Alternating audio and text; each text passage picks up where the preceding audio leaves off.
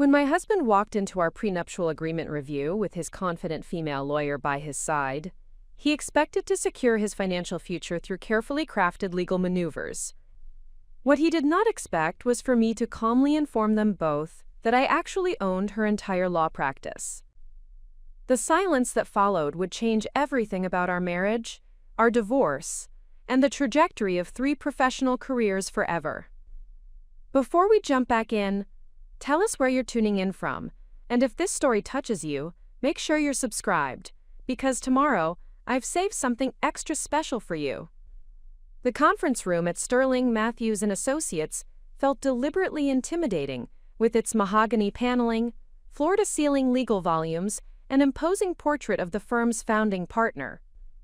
The morning sunlight streaming through tall windows created dramatic shadows across the polished table, where our prenuptial agreement lay waiting for what my husband David assumed would be a routine modification review.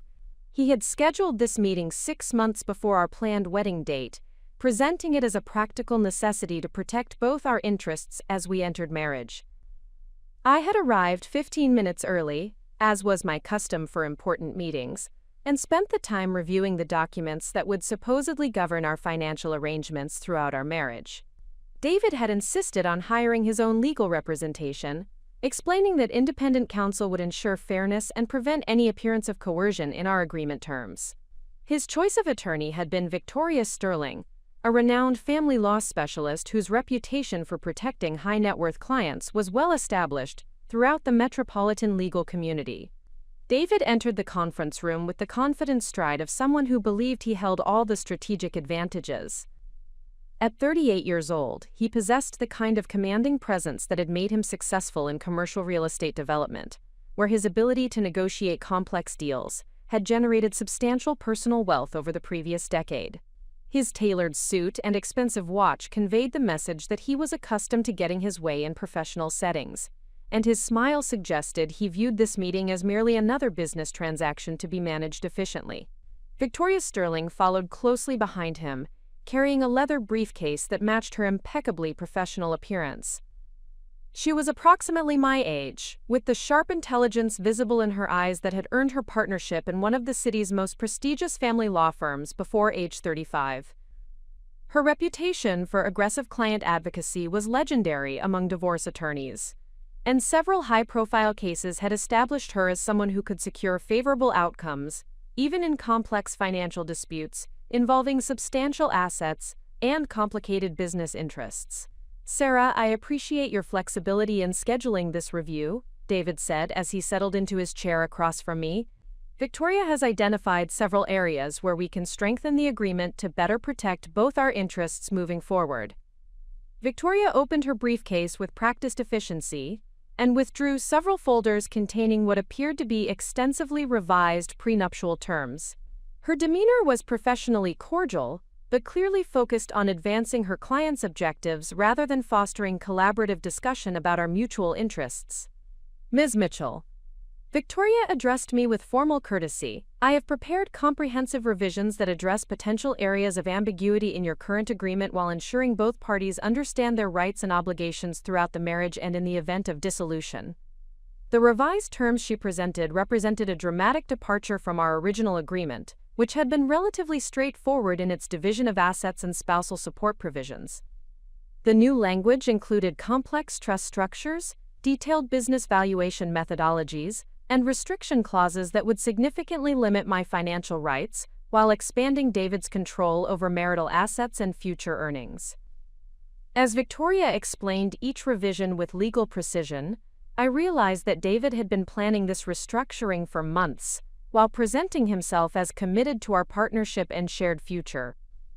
The proposed changes would essentially render me financially dependent on his goodwill, while protecting his existing wealth and future business ventures from any claims I might have as his spouse. These modifications reflect best practices in contemporary prenuptial agreements, Victoria continued, her tone suggesting that resistance to such terms would be unreasonable. They provide clear protection for premarital assets, while establishing frameworks for addressing acquisition of property and income during the marriage. David nodded approvingly as Victoria presented each provision, occasionally adding comments that revealed his detailed involvement in crafting language that would serve his interests. His satisfaction with the proposed terms was evident in his relaxed posture and frequent smiles directed at Victoria, whose professional competence had clearly impressed him during their preparation process. "I think you will find these revisions address most of the concerns that might arise during our marriage," David said, his tone implying that my agreement was expected rather than requested. Victoria has been extremely thorough in anticipating potential issues and developing protective language. I listened carefully to their presentation while maintaining the composed demeanor that had served me well throughout my career in financial consulting. My professional background had taught me to analyze complex agreements systematically, while avoiding emotional responses that might cloud my judgment about terms and implications. However, as Victoria continued explaining provisions that would severely limit my financial security, while expanding David's control over our economic relationship, I began to understand that this meeting represented something far more significant than prenuptial modification. This was David's attempt to restructure our entire relationship dynamic through legal mechanisms that would render me financially subordinate regardless of my professional contributions or personal sacrifices during our marriage. The realization was both infuriating and clarifying. David had spent months presenting himself as a committed partner who valued our relationship, while secretly working with Victoria to develop legal structures that would protect his interests at my expense. His willingness to deceive me about his intentions while expecting me to accept terms that would disadvantage me revealed a fundamental lack of respect for both my intelligence and my autonomy. More disturbing was Victoria's apparent comfort with representing David in developing an agreement that would leave his fiancé financially vulnerable. Her professional reputation was built on aggressive client advocacy, but her willingness to participate in what essentially amounted to financial manipulation suggested either ethical blindness or deliberate disregard for the power dynamics she was helping to create. As Victoria concluded her presentation of the revised terms, David leaned forward with an expression of satisfied anticipation. "I think this framework provides excellent protection for both of us, while giving us clear guidelines for managing our finances throughout the marriage. Do you have any questions about the provisions Victoria has outlined?" The question was clearly rhetorical, delivered with the confident assumption that I would accept the terms they had developed without meaningful resistance. David's tone suggested that he viewed my consent as a formality rather than a genuine decision point that might result in negotiation or rejection of his proposed modifications. Victoria began organizing her papers with the efficient movements of someone preparing to conclude a successful presentation. Her demeanor suggested that she expected prompt agreement to terms that would secure her client's objectives, while generating substantial legal fees for her participation in the process. I allowed the silence to extend for several seconds while reviewing the documents spread across the conference table. The proposed prenuptial revisions represented months of careful planning designed to achieve David's financial objectives while minimizing his risk and responsibility. The legal language was sophisticated and comprehensive, reflecting Victoria's expertise in developing protective frameworks that would withstand potential challenges. However, their carefully constructed strategy contained a fundamental flaw that neither David nor Victoria had anticipated. While they had focused on developing terms that would protect David's interests and limit my financial rights, they had failed to consider the possibility that I might possess resources and knowledge that could fundamentally alter the power dynamics they were attempting to establish. Before I respond to these proposed modifications, I said calmly, "I think there is something both of you should understand about the foundation underlying this entire discussion." David's expression shifted slightly as he registered the unexpected tone in my response. Victoria looked up from her papers with the sharp attention of someone detecting potential resistance to terms she had expected would be accepted without significant objection. "Victoria," I continued, maintaining direct eye contact with David's confident attorney, "I am curious about your thoughts on the ethical implications of representing someone in developing an agreement designed to financially disadvantage their partner, particularly when that representation involves your firm's conflict of interest policies." Victoria's professional composure remained intact, but her slight pause before responding suggested that my question had introduced complexity she had not anticipated. "I am not sure I understand your concern, Ms. Mitchell. My representation of Mr. Harrison is entirely appropriate and follows all relevant ethical guidelines for prenuptial agreement development." "I am sure you believe that," I replied, reaching into my own briefcase to withdraw a folder I had brought to the meeting. However, I think your assessment might change when you understand the actual relationships involved in this situation. David's confident expression began to falter as he sensed that the meeting was not proceeding according to his expectations. Victoria maintained her professional demeanor, but her increased attention suggested that she recognized potential complications emerging from what should have been a straightforward agreement modification. I opened my folder and withdrew several documents that I placed carefully on the conference table between us. The papers included corporate filings, partnership agreements, and financial statements that told a story neither David nor Victoria had expected to encounter during what they assumed would be a routine legal proceeding. Victoria, you have presented yourself as an independent attorney representing David's interests in developing a prenuptial agreement that would protect his assets while limiting my financial rights during and after our marriage, I said, maintaining the calm tone that had characterized my participation throughout the meeting. However, your independence in this representation becomes questionable when we consider the actual ownership structure of Sterling, Matthews and Associates. Preparing and narrating this story took us a lot of time, so if you are enjoying it, subscribe to our channel. It means a lot to us. Now back to the story. Victoria's professional mask slipped slightly as she registered the implications of my statement. David looked confused, clearly unable to follow the direction of my comments, but sensing that the power dynamics of the meeting were shifting in ways he had not anticipated. I pushed the first document across the table toward Victoria. This is the current partnership agreement for Sterling, Matthews and Associates, filed with the State Corporation Commission 3 months ago.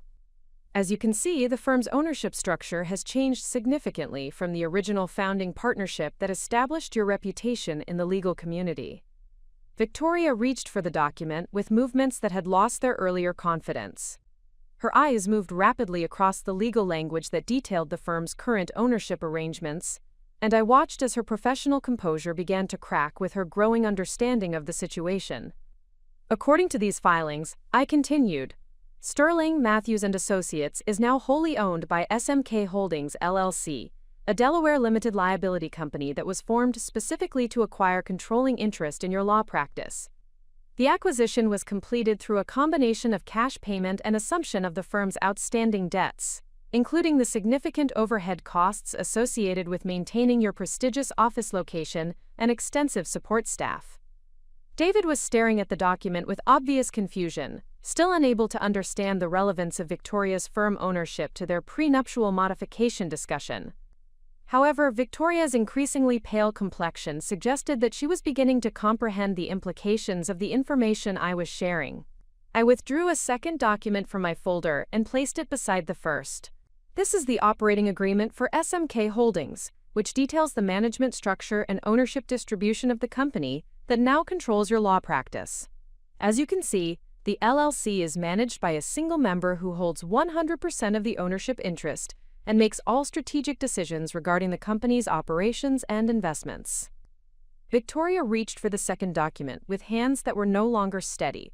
Her legal training enabled her to process the corporate structure quickly, and I could see her understanding the connection between the LLC ownership and her current situation representing David against my interests. The single member and manager of SMK Holdings, I said, allowing a slight smile to cross my face for the first time during the meeting, is Sarah Catherine Mitchell, which means that I own your law practice, Victoria.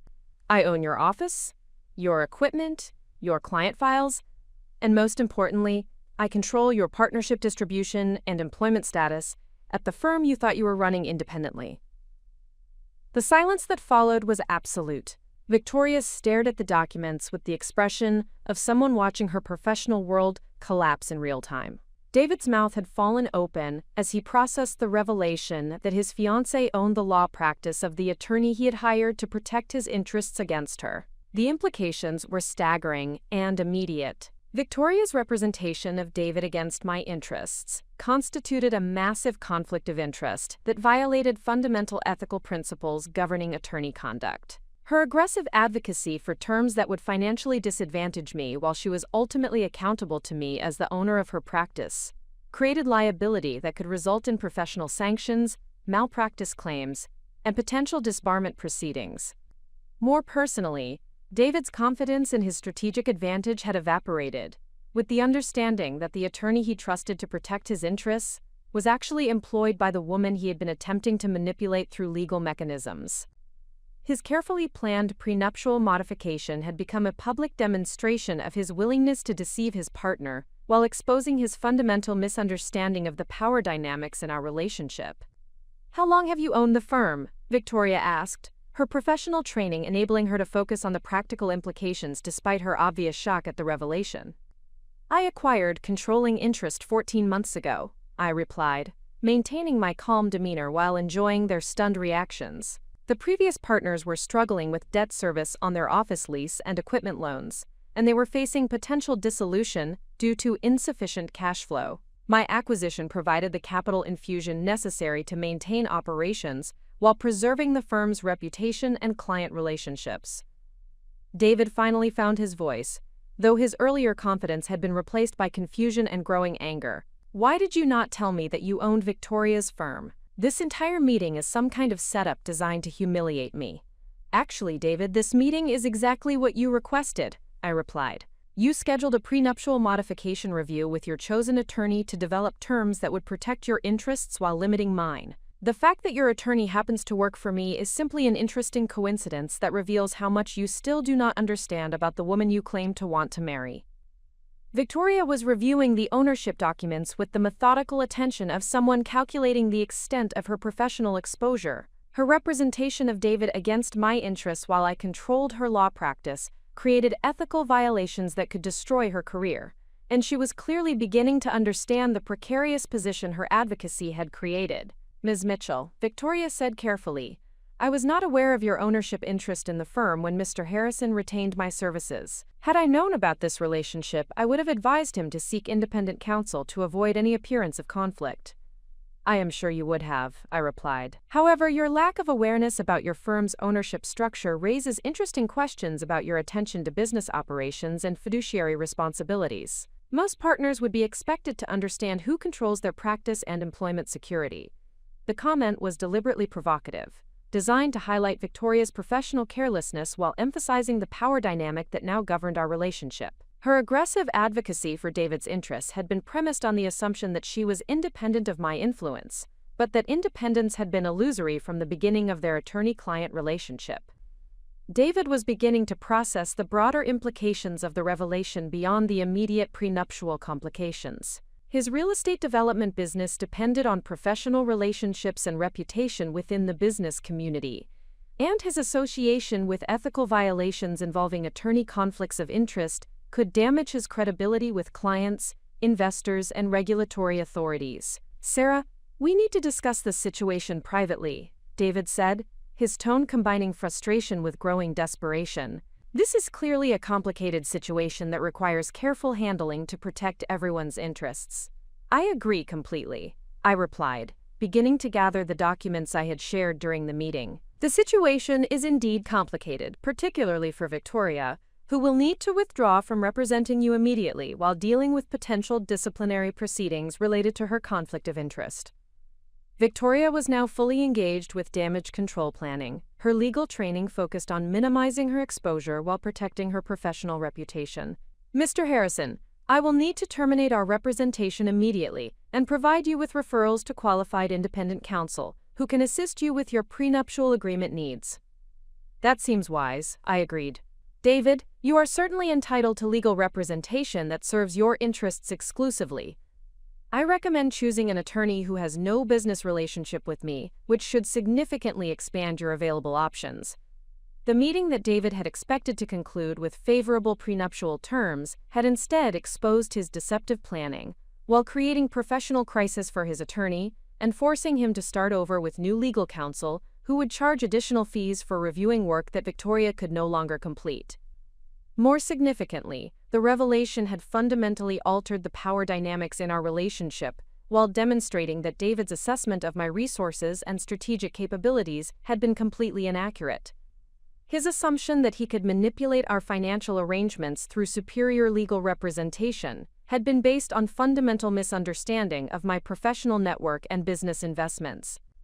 As I prepared to leave the conference room, I realized that this meeting represented a perfect example of why careful preparation and strategic thinking often triumph over aggressive tactics and superficial advantages. David's confidence in his approach had been based on incomplete information, while my quiet preparation had created opportunities that neither he nor Victoria had anticipated. The prenuptial agreement modification that was supposed to protect David's interests had instead revealed his willingness to deceive his partner, while exposing his fundamental lack of respect for my intelligence and autonomy. More importantly, it had provided clear evidence that our relationship was based on his desire to control, rather than genuine partnership and mutual respect. Walking toward the parking garage, I felt a sense of clarity about both my professional capabilities and my personal relationship with David that had been building for months but crystallized during the meeting. The woman who had quietly acquired a prestigious law practice while maintaining her consulting career was clearly capable of managing her own financial interests without compromising prenuptial agreements designed to benefit her partner at her expense. The path forward would require difficult conversations and complex decisions, but for the first time in months I felt confident about my ability to navigate those challenges successfully while protecting my interests and maintaining my professional integrity. The meeting had ended exactly as it should have, with truth revealed and power dynamics clarified through honest disclosure rather than continued deception. David would need to decide whether he wanted a genuine partnership with someone who possessed both financial resources and strategic intelligence, or whether he preferred to find a different partner who would accept the subordinate role he seemed determined to establish through legal manipulation. Either way, I was finally clear about both my capabilities and my worth, and that clarity would guide every decision I made about our relationship moving forward. The decision to acquire Sterling, Matthews & Associates had been born from necessity rather than ambition, though the strategic implications would not become clear until months later, when David arranged his ill-fated prenuptial modification meeting. 14 months earlier, I had been conducting routine due diligence on a client's divorce proceedings, when I discovered that their attorney's law firm was facing financial collapse due to unsustainable debt obligations and declining revenue streams. The revelation had come during a late evening phone call from Patricia Sterling, Victoria's mother and founding partner of the prestigious family law practice. Patricia had built the firm's reputation over 25 years of aggressive advocacy for high-net-worth clients, establishing Sterling, Matthews & Associates as the premier destination for complex divorce proceedings and sophisticated estate planning throughout the metropolitan area. However, her recent diagnosis with early-onset Alzheimer's disease had forced her to step back from active practice, while the firm struggled to maintain its operational standards and financial stability. "Sarah, I am calling because your reputation in financial consulting has reached our professional community, and I believe you might be interested in a unique investment opportunity," Patricia had explained during that initial conversation. "The firm is facing challenges that require both immediate capital infusion and long-term strategic management from someone who understands both legal operations and complex financial structures." The opportunity she presented was simultaneously attractive and daunting. Sterling, Matthews & Associates possessed exceptional client relationships, valuable intellectual property in the form of legal precedents and case strategies, and a prime office location that conveyed prestige and success to potential clients. However, the firm was also burdened with substantial lease obligations, equipment financing agreements, and overhead costs that exceeded current revenue by significant margins. Patricia's daughter Victoria had been assuming increased responsibility for firm operations, but her expertise lay in legal advocacy rather than business management and strategic planning. The disconnect between her professional capabilities and the firm's administrative requirements had created operational inefficiencies that compounded their financial pressures while threatening the service quality that had built their reputation. "Victoria is an exceptional attorney whose advocacy skills have maintained our client satisfaction and case success rates," Patricia continued. "However, she has never demonstrated interest in or aptitude for the business development and financial management aspects of law firm operations. The firm needs someone who can provide strategic leadership while allowing Victoria to focus on her legal practice strengths."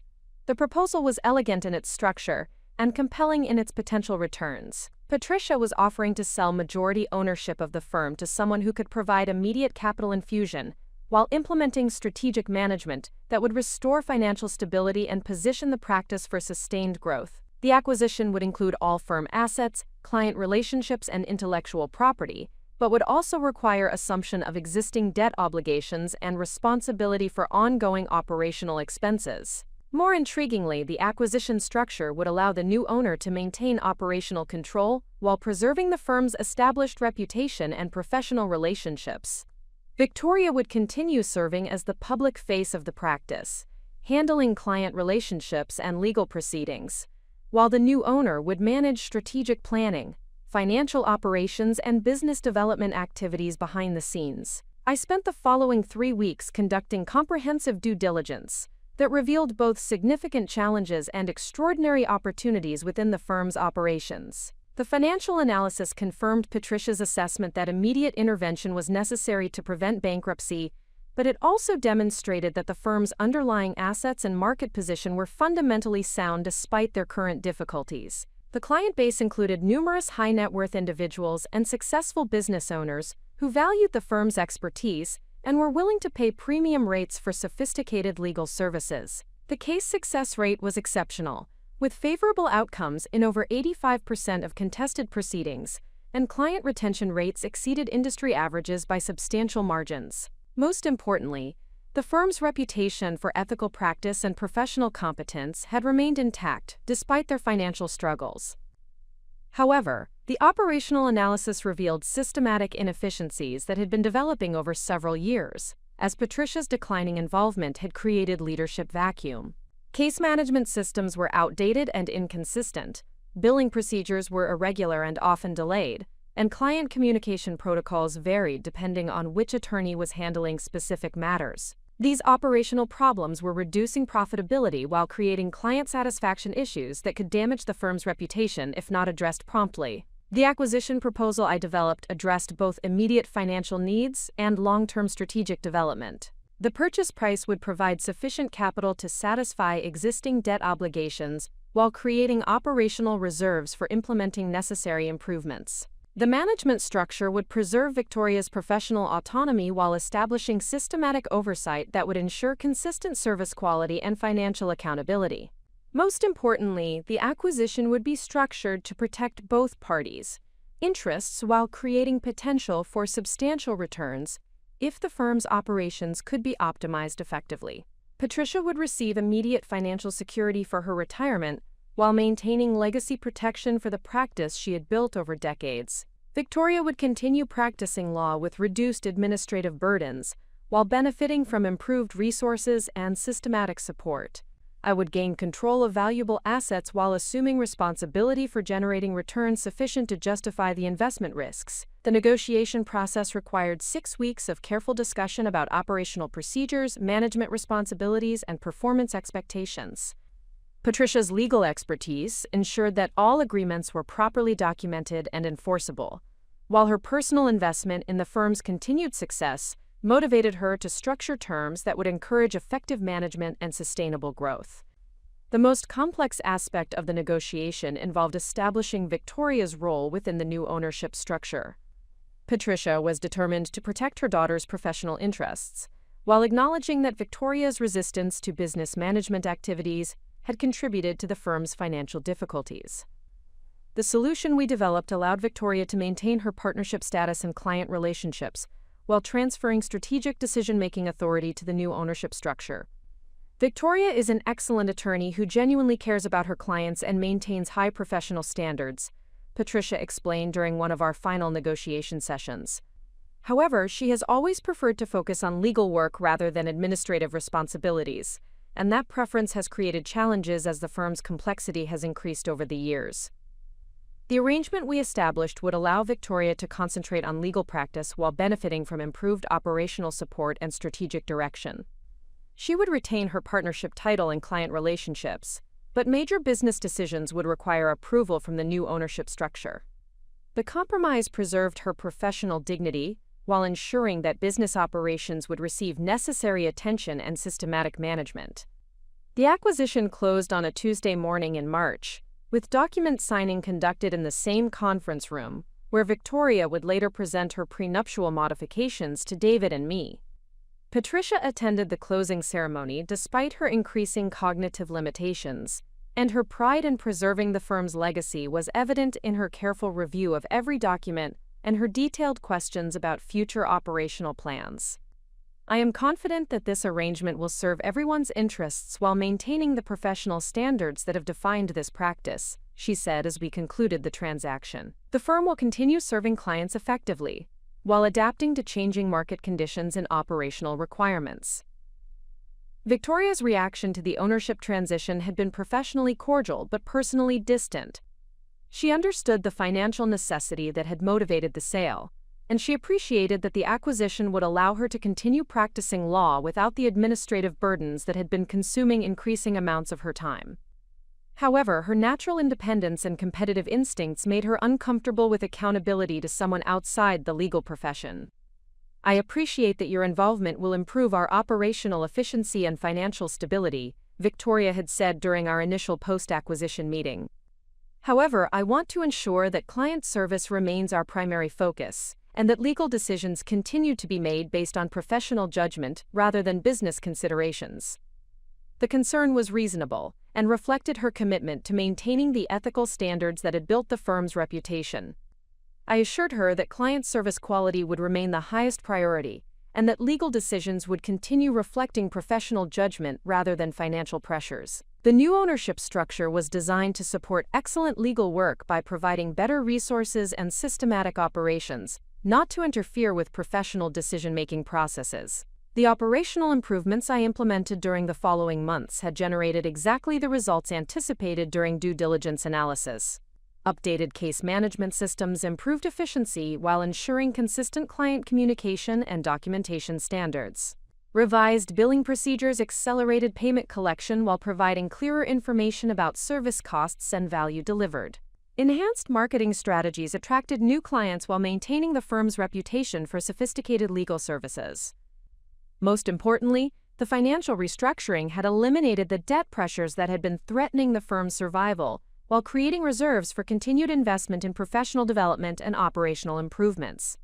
Within 6 months, the practice was generating positive cash flow while maintaining the service quality that had attracted premium clients throughout its history. Victoria's adaptation to the new ownership structure had been gradual but ultimately successful. Her initial resistance to operational changes had diminished, as she recognized that systematic procedures actually enhanced her ability to serve clients effectively while reducing the administrative tasks that she had always found burdensome. The improved resources and support systems allowed her to focus on legal work rather than business management, and her productivity and client satisfaction rates had improved accordingly. However, Victoria's limited involvement in strategic planning and business operations had left her unaware of many aspects of the firm's new ownership structure. She understood that new management had improved financial stability and operational efficiency, but she had not inquired about specific details regarding ownership identity or decision-making authority. This information gap would prove significant when David approached her about representing his interests in prenuptial modification proceedings. The irony of Victoria representing David against my interests while I controlled her professional livelihood had been genuinely unintentional on my part. When David had mentioned retaining family law counsel to assist with prenuptial modifications, I had assumed he would work with one of several qualified attorneys whose practices served the business community where his real estate development activities had established professional relationships. His selection of Victoria Sterling had surprised me, but I had not initially recognized the potential implications of his choice. David had presented his legal consultation as routine preparation for marriage, and I had no reason to suspect that he was planning to restructure our prenuptial agreement in ways that would disadvantage my financial interests while protecting his assets from marital property claims. The revelation of his intentions had emerged gradually through conversations that seemed casual but revealed systematic planning designed to limit my financial rights while expanding his control over marital assets and future earnings. His suggestions about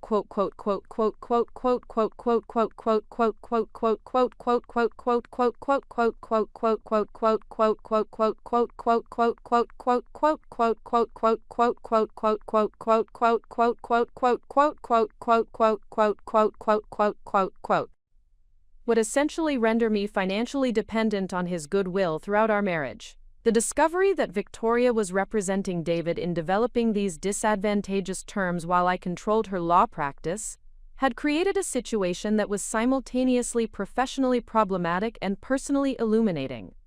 Victoria's aggressive advocacy for David's interests demonstrated either profound ignorance about her firm's ownership structure or deliberate disregard for the ethical implications of representing clients against her ultimate employer's interests.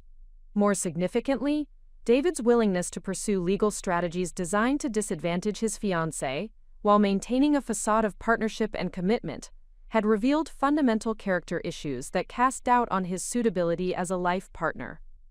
His deceptive approach to prenuptial modification suggested that he viewed marriage as a business transaction to be managed for his benefit rather than a partnership based on mutual respect and shared interests. The meeting where these dynamics would be revealed had been approaching for weeks while I considered how to address the situation effectively. David's confidence in his strategic advantages had been evident in his casual references to protecting our interests and ensuring, quote, proper legal frameworks for our financial arrangements.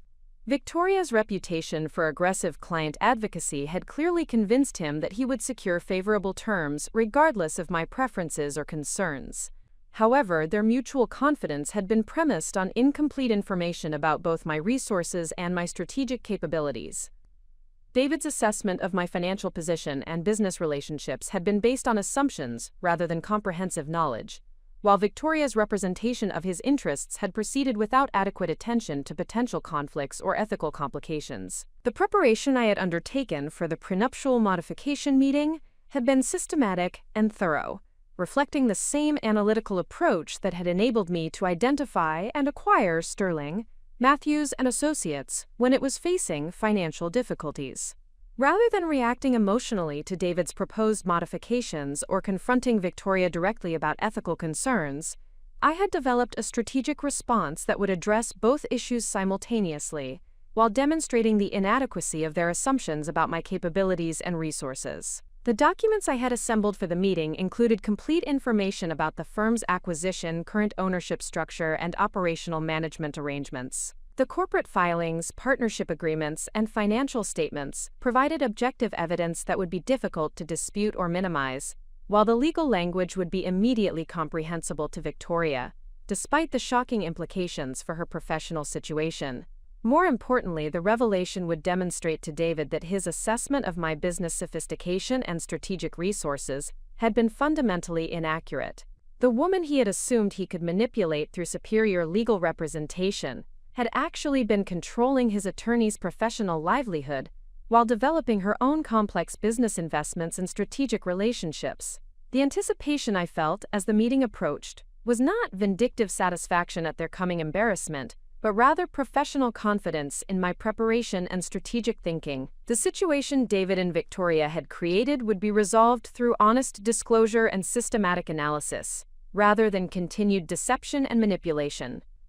Their reactions to the revelation would provide valuable information about their character and judgment that would inform my decisions about both professional and personal relationships moving forward. The morning of the meeting had arrived with the crisp clarity that often accompanies significant events, and I had felt prepared for whatever developments might emerge from the confrontation between their assumptions and the reality of my actual position and capabilities. The silence that followed my revelation extended for nearly 45 seconds, during which Victoria Sterling processed the full implications of representing David Harrison against the interests of the woman who controlled her professional livelihood, while David struggled to comprehend how thoroughly his strategic planning had been undermined by information he had never possessed.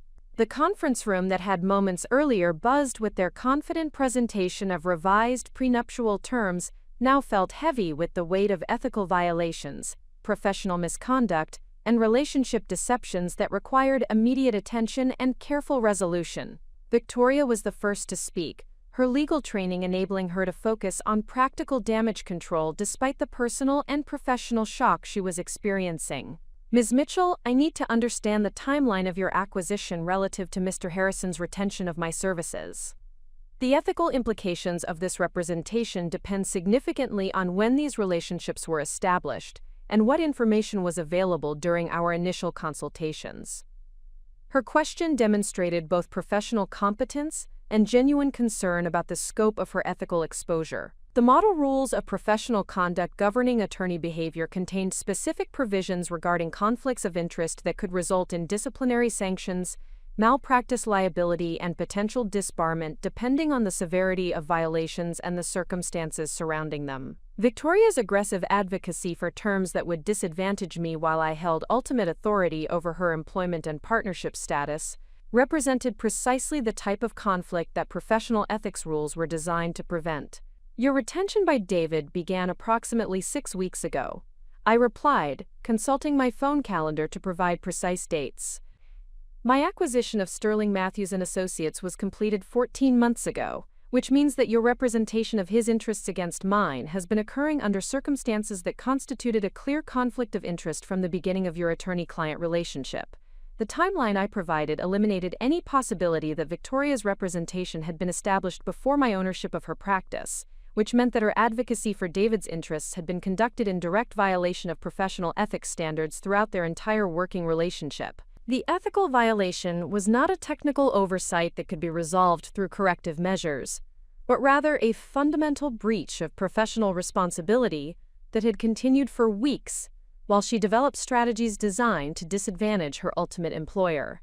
David was beginning to process the broader implications beyond the immediate prenuptial complications, and his expression reflected growing understanding that his situation extended far beyond relationship difficulties with his fiancée. His association with Victoria's ethical violations could potentially damage his reputation within the business community, where his real estate development activities depended on professional credibility and trustworthy relationships with clients, investors, and regulatory authorities. Sarah, I had no knowledge of your ownership of Victoria's firm when I retained her services, David said, his tone combining defensiveness with growing desperation. This situation appears to be coincidental rather than deliberate, and I believe we can resolve it through appropriate modifications to our legal arrangements.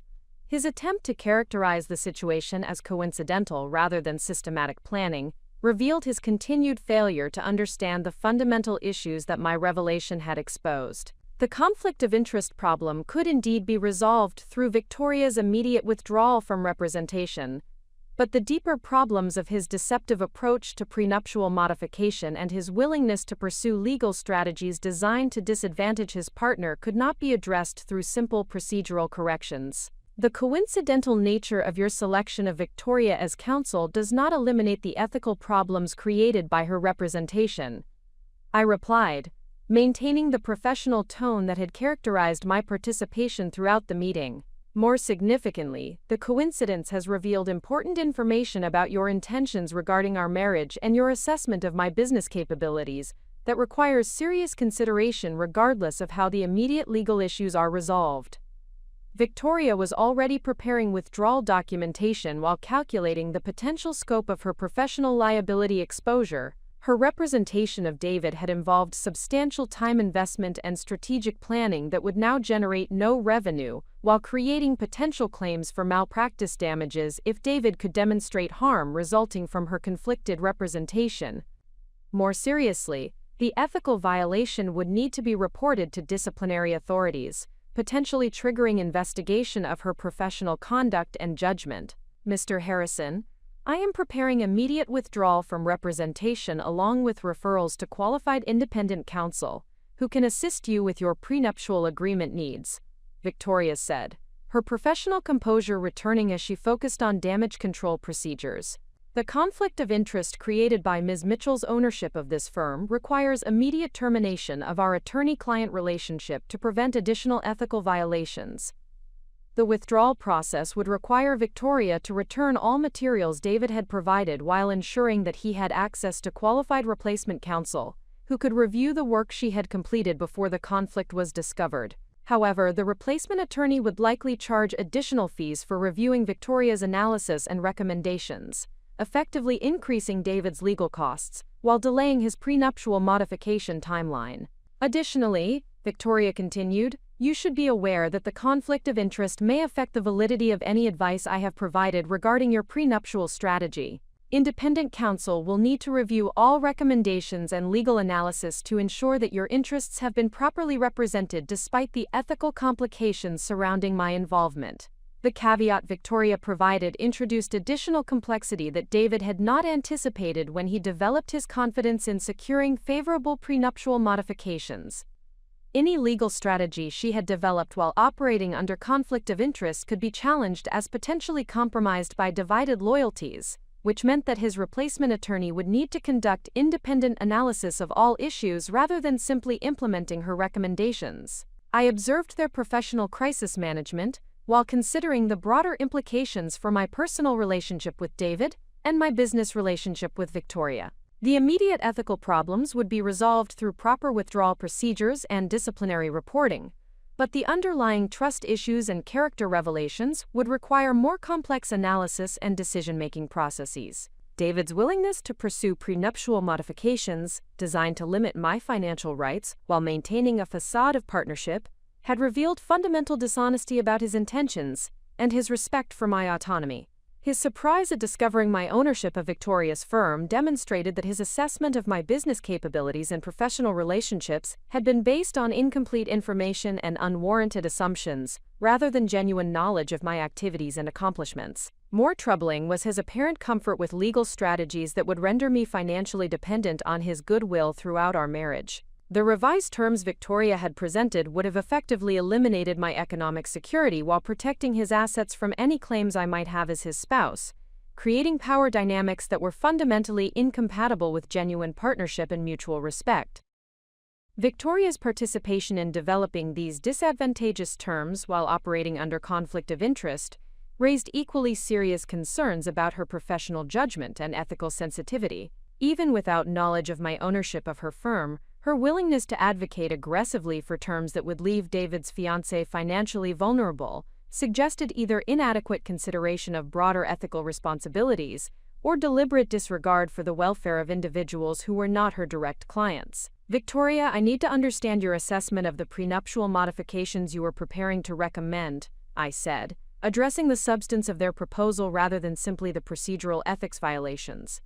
Setting aside the conflict of interest issues, do you believe that terms which would render one party financially dependent on the other's goodwill represent appropriate frameworks for marriage agreements? The question was designed to assess Victoria's professional values beyond her technical legal competence. Her response would provide insight into whether her aggressive advocacy for David's interests reflected standard professional practice or demonstrated judgment problems that extended beyond the immediate conflict situation.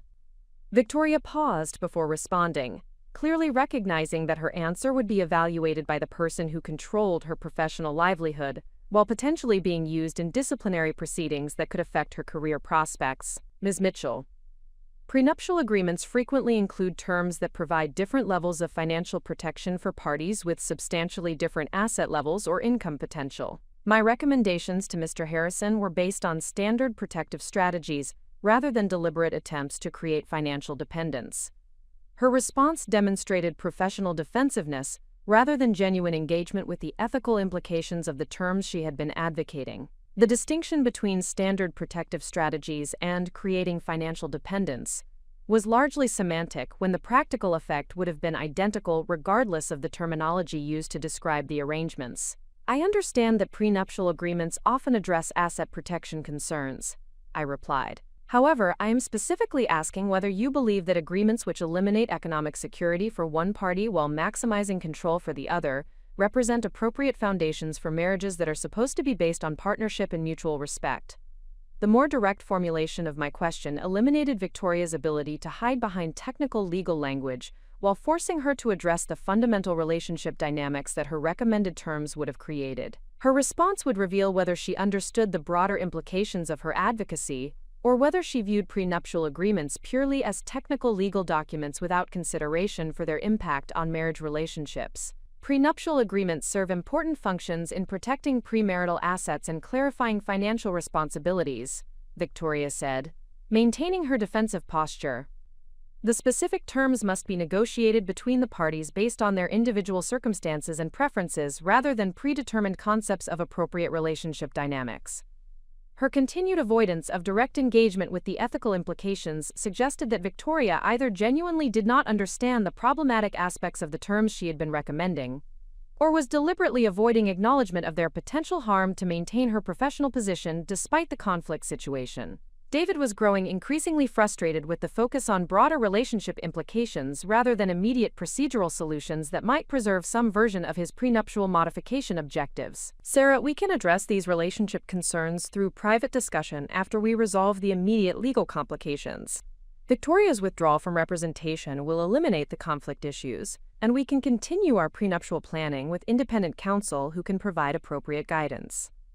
His suggestion that relationship concerns could be separated from legal strategy demonstrated continued failure to understand that the problems my revelation had exposed were fundamental rather than procedural. The discovery that he had been planning to manipulate our financial arrangements through legal mechanisms while presenting himself as committed to genuine partnership had revealed character issues that could not be resolved through simple attorney substitution. David, the legal complications are symptoms of deeper problems rather than isolated issues that can be resolved through procedural corrections, I replied. Your willingness to pursue prenuptial terms that would disadvantage me financially while maintaining deception about your intentions suggests fundamental incompatibility with the partnership approach to marriage that I had assumed we shared. The conversation was moving beyond immediate conflict resolution toward more fundamental evaluation of our relationship compatibility, but this progression was necessary to address the real issues that the meeting had revealed. David's reaction to being confronted with evidence of his deceptive planning would provide important information about his character and his capacity for honest self-assessment that would influence my decision-making about our future together.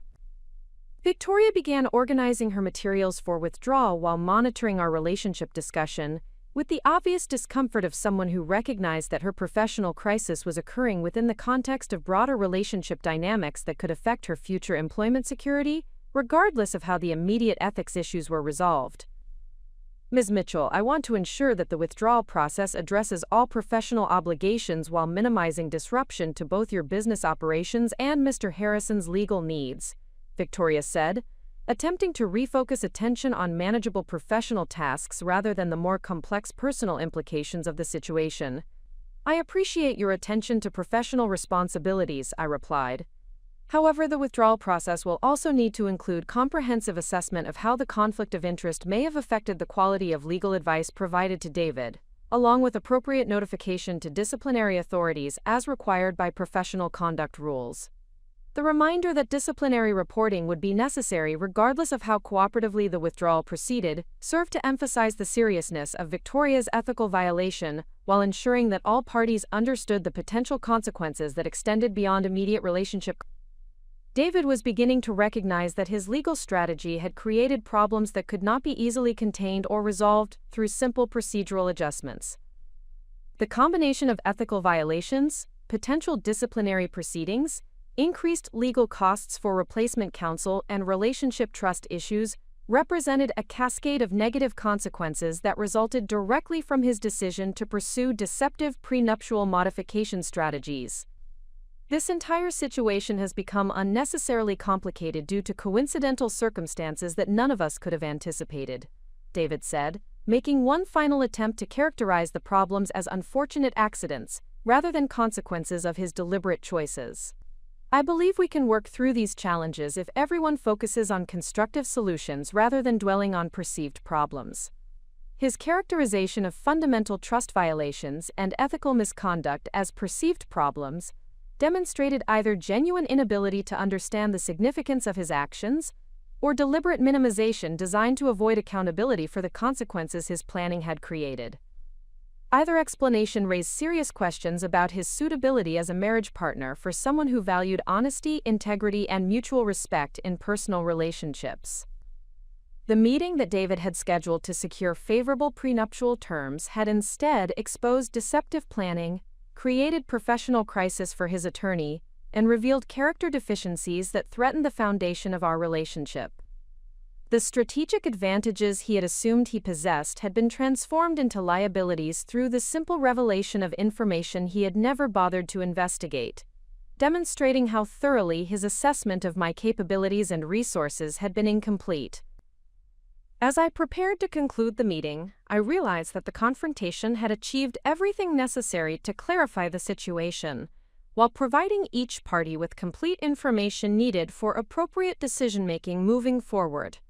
David would need to decide whether he was capable of genuine partnership with someone who possessed both financial resources and strategic intelligence, while Victoria would need to address her professional obligations and ethical violations through appropriate channels and procedures.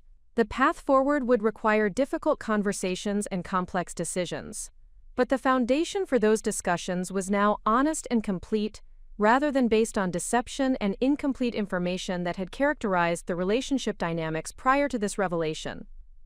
The immediate aftermath of the conference room revelation required careful navigation of multiple professional and personal relationships that had been fundamentally altered by the disclosure of information that none of the participants had expected to encounter during what was supposed to be a routine prenuptial modification meeting.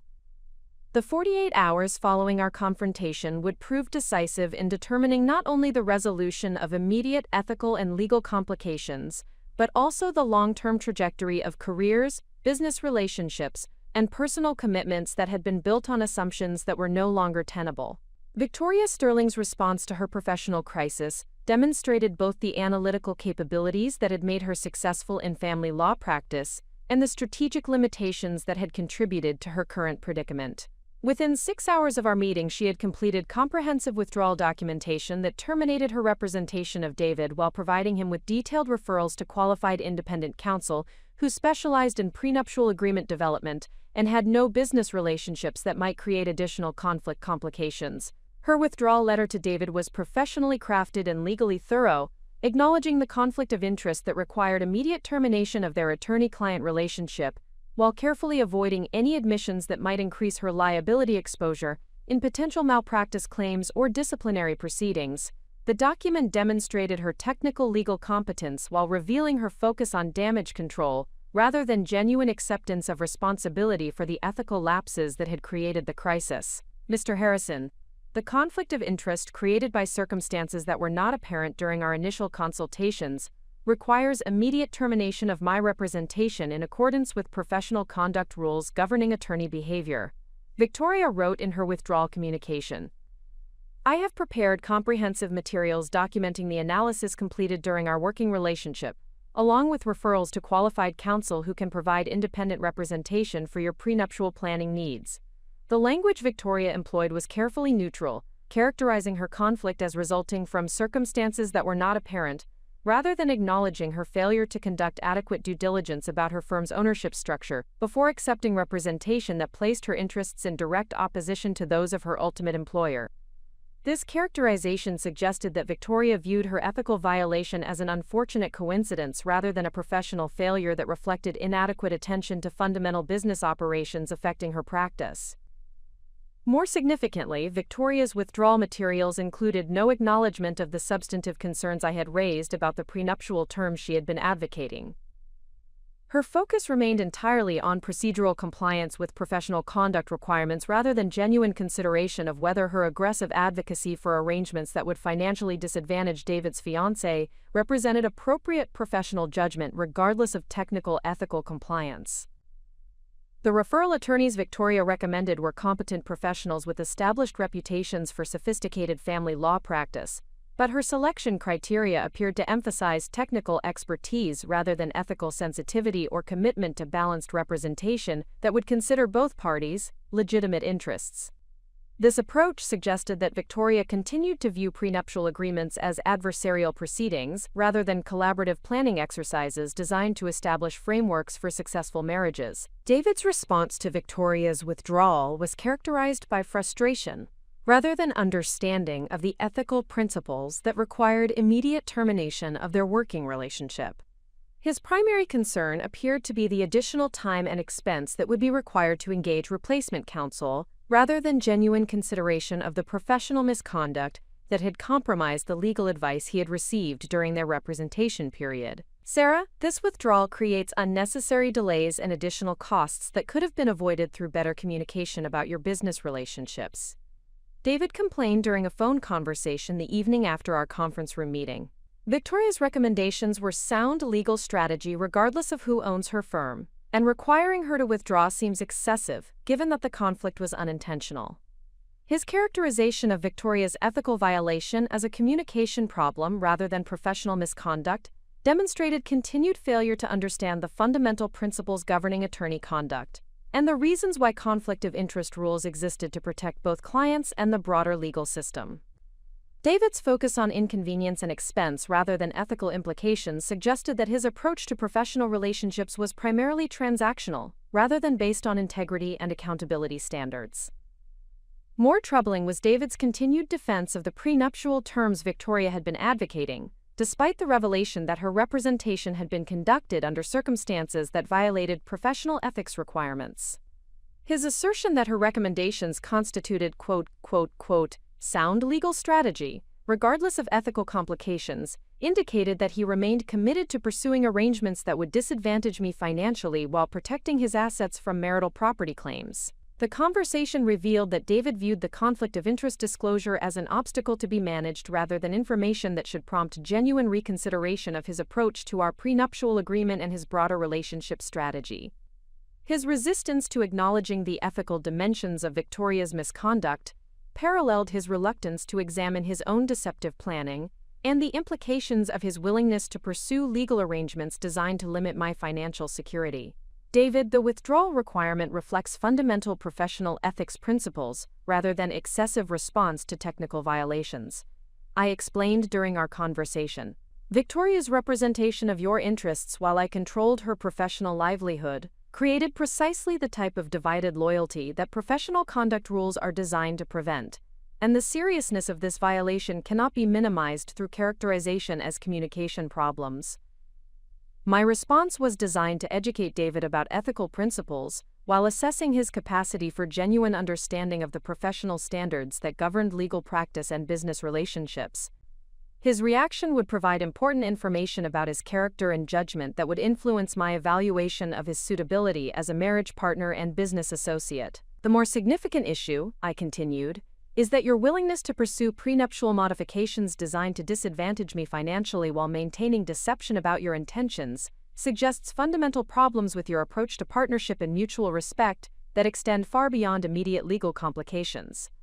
The broader relationship assessment I initiated was necessary to address the underlying trust and compatibility issues that the prenuptial modification attempt had revealed. David's response to direct confrontation about his deceptive planning would indicate whether he possessed the self-awareness and integrity necessary for genuine partnership in marriage, or whether his primary interest remained control and advantage over his prospective spouse. During the following days, David's behavior demonstrated consistent patterns of deflection and minimization, rather than honest self-examination or genuine accountability for the consequences his planning had created. His conversations with replacement counsel appeared to focus on achieving similar outcomes through different legal strategies, rather than reconsidering whether his fundamental approach to prenuptial planning was appropriate for building successful marriage relationships. The new attorney David selected was Marcus Webb, a family law specialist whose reputation emphasized aggressive advocacy and technical expertise, rather than collaborative approach or ethical sensitivity. Webb's initial consultation with David resulted in recommendations that were substantively similar to Victoria's proposals, suggesting that David had specifically sought counsel who would support his objectives rather than challenge his assumptions about appropriate marriage planning strategies. Webb's approach to prenuptial development reflected the adversarial mindset that had characterized Victoria's representation, treating the agreement negotiation as a zero-sum competition, rather than collaborative planning designed to establish frameworks for mutual success and shared prosperity throughout the marriage. His recommendations included sophisticated trust structures and asset protection mechanisms that would achieve David's control objectives through different legal instruments, rather than reconsidering whether such control was consistent with genuine partnership. Ms. Mitchell, my client is committed to establishing clear financial frameworks that protect both parties' interests while providing appropriate security for the marriage relationship, Webb wrote in his initial communication to me. The proposed agreement terms reflect contemporary best practices in sophisticated estate planning, rather than attempts to disadvantage either party unfairly. Webb's characterization of David's objectives as reflecting contemporary best practices rather than control-oriented planning, demonstrated either genuine misunderstanding of the power dynamics the proposed terms would create, or deliberate misrepresentation designed to make disadvantageous arrangements seem reasonable and standard. Either explanation raised concerns about whether David's new counsel would provide better guidance than Victoria's compromised representation had offered. The pattern that was emerging suggested that David's response to having his deceptive planning exposed was to seek alternative methods for achieving similar objectives rather than fundamental reconsideration of his approach to marriage partnership. His selection of counsel, whose reputation emphasized aggressive advocacy rather than collaborative problem-solving, indicated that he remained committed to pursuing advantage rather than genuine mutual benefit in our relationship planning. Victoria's handling of her professional crisis provided additional insights into her character and judgment that would influence my future business relationships with Sterling Matthews and Associates. Her immediate focus on liability protection rather than genuine accountability suggested that her professional values emphasized technical compliance rather than broader ethical responsibility to clients and the legal system. The disciplinary reporting process that professional conduct rules required would provide objective assessment of Victoria's ethical violation while establishing precedent that might influence her future professional behavior. However, her response to the crisis had already demonstrated that she viewed ethical compliance primarily as risk management, rather than fundamental professional responsibility that extended beyond minimum regulatory requirements. Ms. Mitchell, I want to ensure that the firm's operations continue meeting all professional standards while we address the complications created by this conflict situation, Victoria said during our first business meeting following David's withdrawal. I believe we can implement enhanced conflict checking procedures that will prevent similar problems from occurring in future client representations. Victoria's focus on procedural improvements rather than substantive examination of her professional judgment suggested that she understood the conflict situation as a technical oversight, rather than a fundamental failure to maintain awareness of her business relationships and professional obligations. Her proposed solution addressed symptoms rather than underlying causes of the ethical lapse that had created the crisis. Victoria, enhanced conflict checking procedures would certainly be beneficial for preventing technical violations, I replied.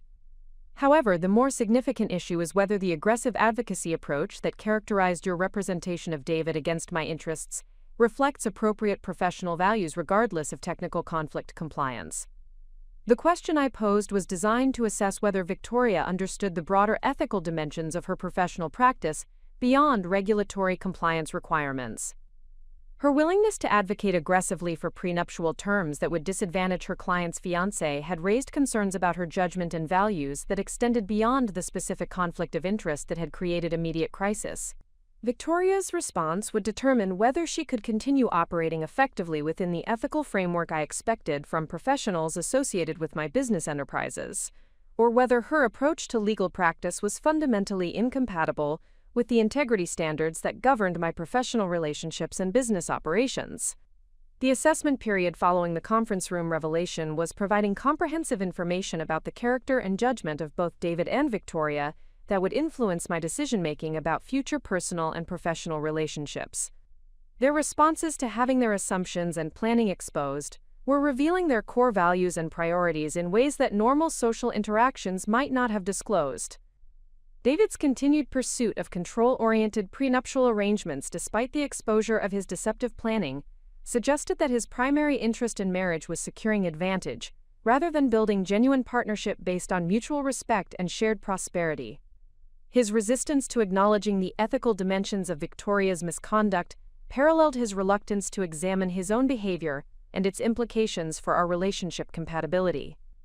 Victoria's focus on liability protection rather than genuine accountability for her professional lapses suggested that her approach to legal practice emphasized technical compliance rather than broader ethical responsibility to clients and professional communities.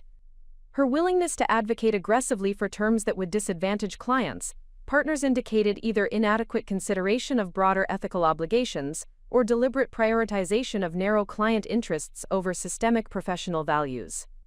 The information I was gathering about both individuals would prove decisive in determining the future trajectory of relationships that had been fundamentally altered by the revelation of ownership structure that had created unexpected accountability and transparency, in situations that had previously operated under assumptions of independence and adversarial positioning. The strategic repositioning that was occurring as a result of the conference room disclosure was creating opportunities for more honest and direct relationships based on complete information rather than partial knowledge and incorrect assumptions. However, the character assessment process was also revealing fundamental value differences that might prove incompatible with the collaborative and ethical approach I preferred in both personal and professional contexts. The resolution of immediate crisis issues was creating foundation for longer-term decision-making about relationships and commitments that would determine the success or failure of both marriage planning and business operations that had become unexpectedly intertwined through the ownership revelations and ethical complications that had emerged from David's prenuptial modification strategy. The week following the conference room revelation required systematic evaluation of multiple professional and personal relationships that had been fundamentally altered by the disclosure of ownership structures and ethical violations that none of the participants had anticipated. The character assessment process that had emerged from David's and Victoria's responses to their respective crises was providing comprehensive information about their values, judgment, and professional integrity that would determine the future direction of business operations, legal representations, and marriage planning that had become unexpectedly interconnected through circumstances that demanded immediate resolution. Victoria Sterling's approach to managing her professional crisis had revealed significant limitations in her understanding of ethical responsibilities that extended beyond technical regulatory compliance. Her disciplinary consultation with the State Bar Association had focused exclusively on minimizing potential sanctions rather than examining the systemic professional judgment failures that had enabled her to represent clients against her ultimate employer's interests without recognizing the inherent conflict until it was publicly exposed during our prenuptial modification meeting. The consultation report Victoria received from disciplinary counsel outlined specific remedial measures required to address her ethical violation while avoiding formal sanctions that could affect her professional licensing status. These measures included mandatory continuing education courses focused on conflict of interest identification, implementation of enhanced client intake procedures designed to prevent similar oversights, and quarterly reporting to disciplinary authorities for 18 months to ensure ongoing compliance with professional conduct standards. However, the remedial framework established by disciplinary counsel addressed only the technical aspects of Victoria's ethical lapse, without requiring examination of the substantive professional judgment issues that had characterized her aggressive advocacy for prenuptial terms designed to disadvantage David's prospective spouse. Her willingness to develop legal strategies that would render one party financially dependent on another's goodwill while maintaining the facade of balanced representation suggested fundamental problems with her approach to client service that extended beyond conflict of interest detection procedures. Victoria's presentation of the disciplinary consultation results during our business meeting demonstrated continued focus on regulatory compliance rather than genuine professional development that would address the underlying judgment issues revealed by her handling of David's representation. Her proposed operational improvements emphasized procedural modifications rather than substantive examination of the ethical framework that should govern family law practice and client advocacy in situations involving marriage planning and financial security arrangements. The enhanced conflict checking procedures I am implementing will prevent technical violations by ensuring comprehensive review of all business relationships before accepting new client representations. Victoria explained during our operational review meeting. The disciplinary council confirmed that these procedural improvements, combined with mandatory continuing education requirements, will address all regulatory concerns while maintaining the aggressive advocacy approach that has made the firm successful in complex family law matters. Victoria's characterization of her ethical violation as a technical procedural failure rather than a substantive professional judgment lapse indicated that she had not recognized the broader implications of her willingness to advocate for arrangements that would create fundamental power imbalances in marriage relationships. Her continued emphasis on aggressive advocacy suggested that she remained committed to adversarial approaches that treated prenuptial planning as competitive proceedings, rather than collaborative exercises designed to establish frameworks for successful partnerships. The gap between Victoria's technical compliance focus and the comprehensive ethical framework I expected from professionals associated with my business enterprises required careful consideration of whether her continued employment aligned with the integrity standards that govern my professional relationships. Her competence in legal research and case strategy was undeniable, but her apparent inability to recognize the broader ethical dimensions of client representation raised concerns about her judgment and values that could affect the firm's reputation and effectiveness in serving clients appropriately. David Harrison's response to the exposure of his deceptive prenuptial planning strategy had demonstrated consistent patterns of deflection and continued pursuit of control-oriented objectives rather than genuine reconsideration of his approach to marriage partnership. His engagement with replacement counsel Marcus Webb had resulted in development of alternative legal strategies designed to achieve similar outcomes through different mechanisms, suggesting that his primary concern remained securing financial advantage rather than establishing frameworks for genuine mutual prosperity and shared decision-making throughout the marriage. Webb's revised prenuptial proposal incorporated sophisticated trust structures and asset protection mechanisms that would effectively achieve David's control objectives while using language that obscured the practical implications of the proposed arrangements. The technical complexity of the legal instruments was designed to create appearance of balanced protection while establishing David's authority over marital financial decisions and limiting my access to economic resources that would enable independent decision-making during the marriage.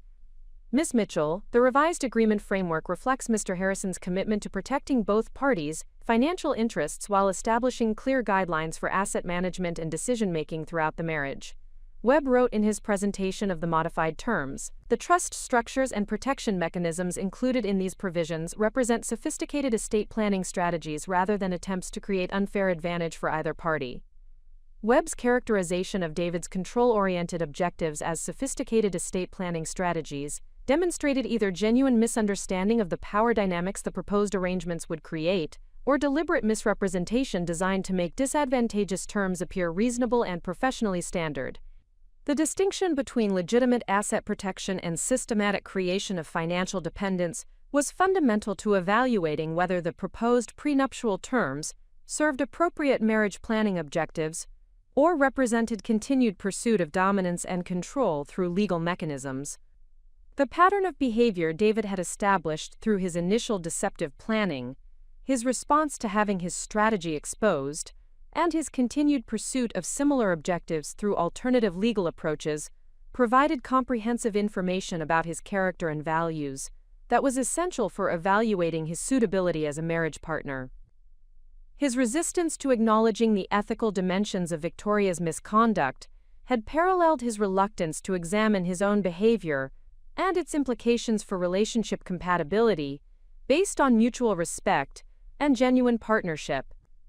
David's business associates and professional contacts within the real estate development community had begun expressing concerns about his involvement in ethical violations and professional misconduct that could affect his reputation and credibility in commercial transactions.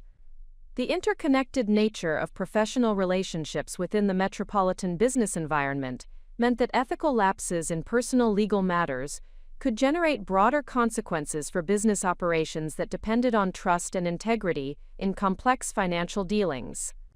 Sarah, the complications created by this prenuptial situation are affecting my professional relationships and business development activities in ways that require immediate resolution, David acknowledged during one of our conversations following Webb's presentation of revised terms. Several clients and investors have expressed concerns about my judgment and professional associations that could impact project financing and partnership opportunities.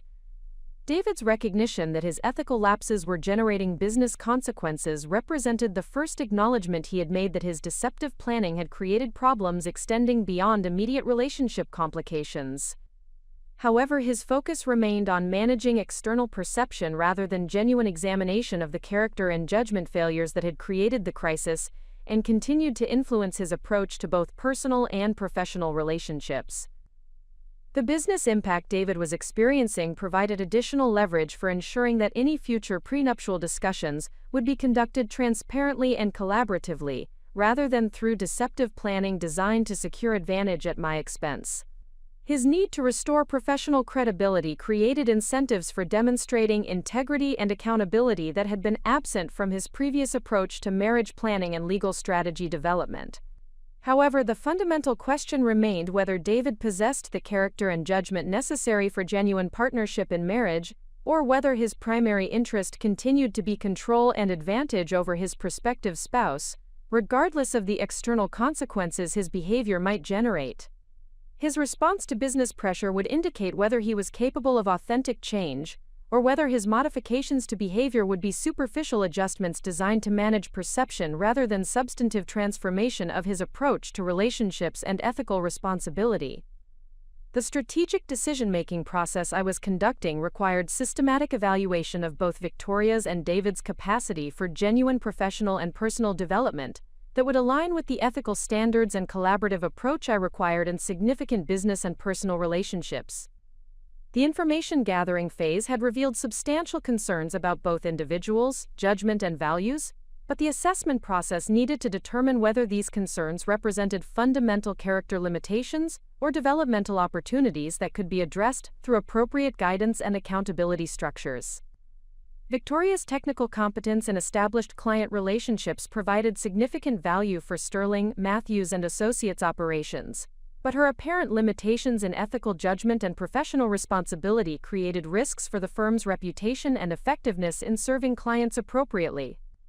The remedial measures required by disciplinary authorities would address regulatory compliance concerns, but they would not necessarily develop the broader ethical framework and professional judgment that were essential for family law practice, that involved complex relationship dynamics and financial planning considerations. The decision regarding Victoria's continued employment would need to balance her technical capabilities against the potential risks created by her judgment limitations, while establishing accountability structures that would ensure appropriate professional behavior, regardless of regulatory oversight.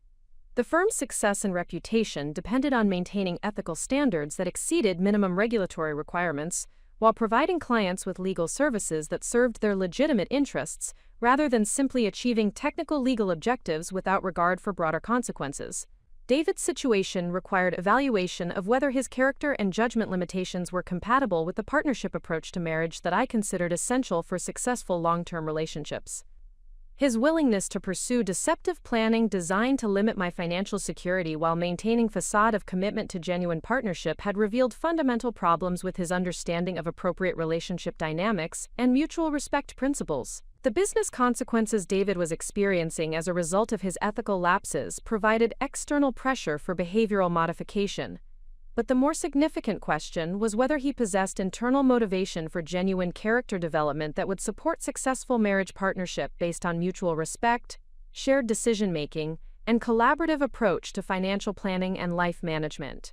The assessment process was also revealing important information about my own professional and personal development that had enabled me to navigate the complex challenges created by the prenuptial modification attempt and ownership disclosure. The systematic approach I had employed in acquiring Sterling, Matthews and Associates had provided strategic advantage that neither David nor Victoria had anticipated, while my careful preparation for the conference room confrontation had enabled effective management of their deceptive planning and professional misconduct. The business acumen and strategic thinking capabilities I had demonstrated throughout the crisis management process had exceeded both David's and Victoria's expectations, while providing foundation for more sophisticated approaches to professional and personal relationship development. The confidence and competence I had displayed in managing complex business operations and ethical challenges had established credibility that would influence future negotiations and decision-making processes, regardless of how current relationship complications were ultimately resolved. The professional network and reputation I had developed through successful business operations and ethical conduct were providing resources and opportunities that expanded my options for addressing both immediate challenges and long-term objectives in ways that were independent of David's or Victoria's cooperation or approval. The financial resources and strategic capabilities I possessed created alternatives that reduced my dependence on relationships that might prove incompatible with my values and professional standards. The week of intensive evaluation and decision-making was approaching conclusion with significantly enhanced understanding of the character, capabilities, and compatibility of all parties involved in the prenuptial modification complications. The information gathered through systematic assessment of responses to crisis situations had provided comprehensive foundation for strategic decisions about future professional and personal relationships that would determine the trajectory of business operations, legal representations, and marriage planning for months and potentially years to come. The resolution framework that was emerging from this evaluation process would need to address immediate regulatory and relationship complications, while establishing foundations for long-term success based on ethical behavior, genuine partnership, and collaborative approach to complex challenges that required coordination between multiple parties with different interests and capabilities.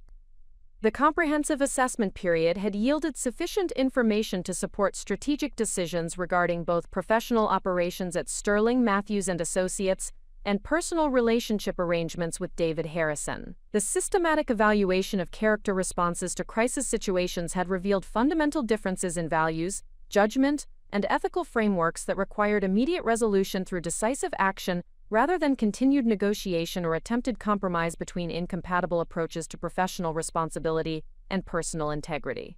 Victoria Sterling's continued employment within the firm's structure required modification of her role and responsibilities to address the judgment limitations that had been revealed through her handling of the conflict of interest situation and her approach to prenuptial agreement development.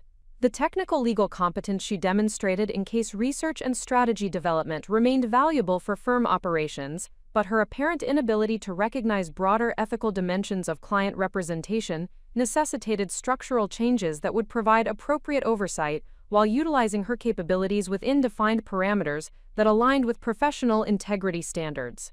The operational restructuring I implemented established Victoria as senior associate rather than managing partner, with responsibility for legal research, case strategy development, and client representation, under direct supervision that ensured compliance with both regulatory requirements and comprehensive ethical framework that extended beyond minimum professional conduct standards. This modification preserved her valuable technical capabilities while addressing the judgment concerns that had created professional crisis and potential liability exposure for firm operations. Victoria, the restructured role I am establishing will enable you to focus on the legal practice activities where you demonstrate exceptional competence while providing systematic oversight that ensures all client representations align with comprehensive ethical standards, I explained during our operational planning meeting. This arrangement will support your professional development while protecting both your career prospects and the firm's reputation for integrity and client service excellence. Victoria's response to the role modification demonstrated pragmatic acceptance rather than enthusiastic embrace of the accountability structures I was establishing. Her primary concern appeared to be preservation of income levels and professional status rather than genuine appreciation for the development opportunities that appropriate supervision and guidance could provide for addressing the judgment limitations that had created her current difficulties. I understand the necessity for enhanced oversight given the complications created by the recent conflict situation.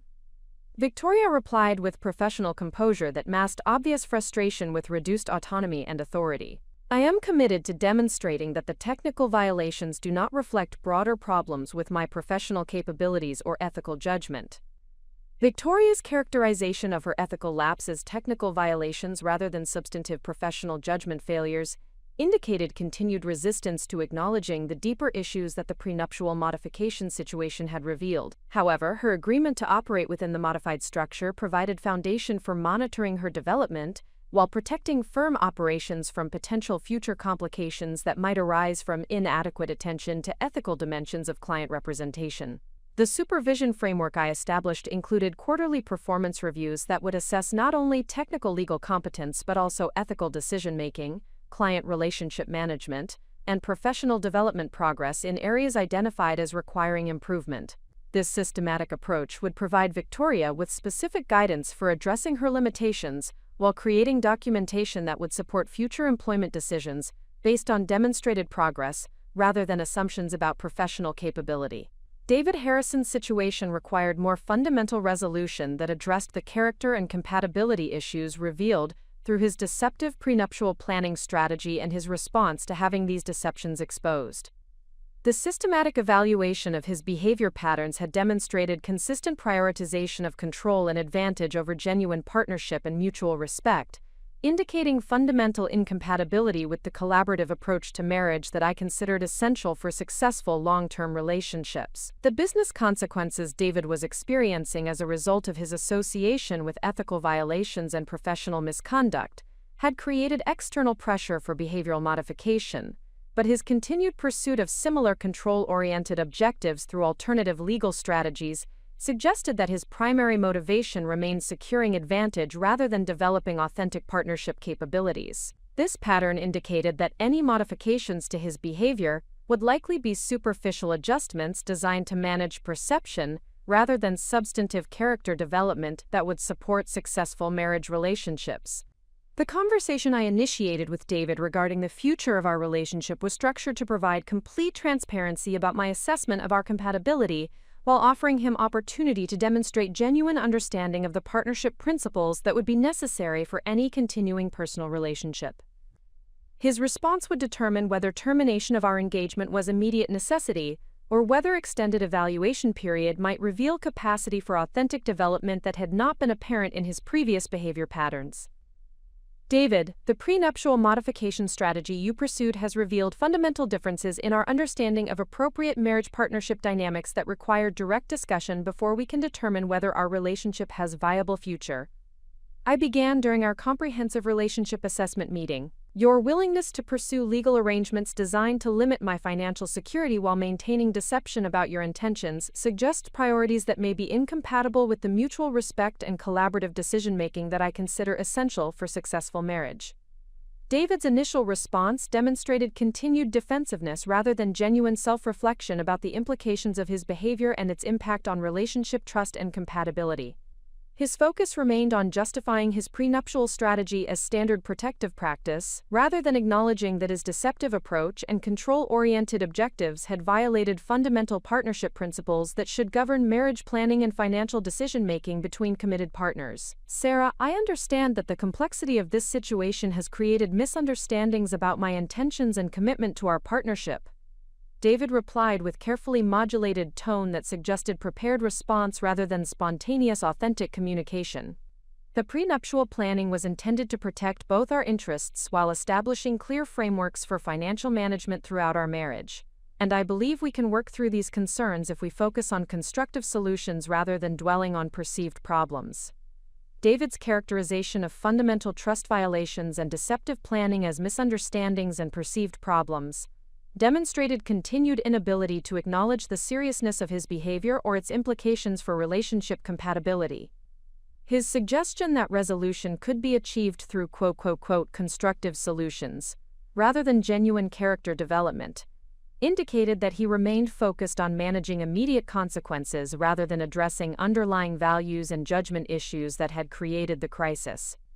The assessment framework I employed during our relationship evaluation was designed to determine whether David possessed capacity for authentic self-examination and character development that would support genuine partnership, or whether his approach to relationships was fundamentally oriented toward control and advantage in ways that were incompatible with mutual respect and collaborative decision-making. His responses to direct questions about his behavior and motivations would provide definitive information for making final decisions about our personal relationship future. David, I need you to explain specifically why you believed it was appropriate to pursue prenuptial modifications that would disadvantage me financially while maintaining deception about your planning process. I continued with systematic directness that eliminated opportunities for deflection or generalized responses. Your answer will help me understand whether your behavior reflects misguided strategy that can be corrected through better communication, or fundamental differences in values that make successful partnership impossible. The question I posed required David to confront directly the ethical dimensions of his behavior while providing opportunity to demonstrate genuine understanding of partnership principles that would be necessary for any continuing relationship. His response would indicate whether he possessed capacity for authentic accountability and character development, or whether his primary concern remained avoiding consequences while preserving access to advantages he had been attempting to secure through deceptive legal planning. David's answer revealed continued inability to accept responsibility for the deceptive aspects of his prenuptial strategy while maintaining focus on technical legal justifications rather than ethical considerations that should govern relationships between prospective marriage partners. His explanation emphasized standard practice in sophisticated prenuptial planning, rather than acknowledging that his approach had been designed to secure advantage at my expense while maintaining facade of commitment to genuine partnership.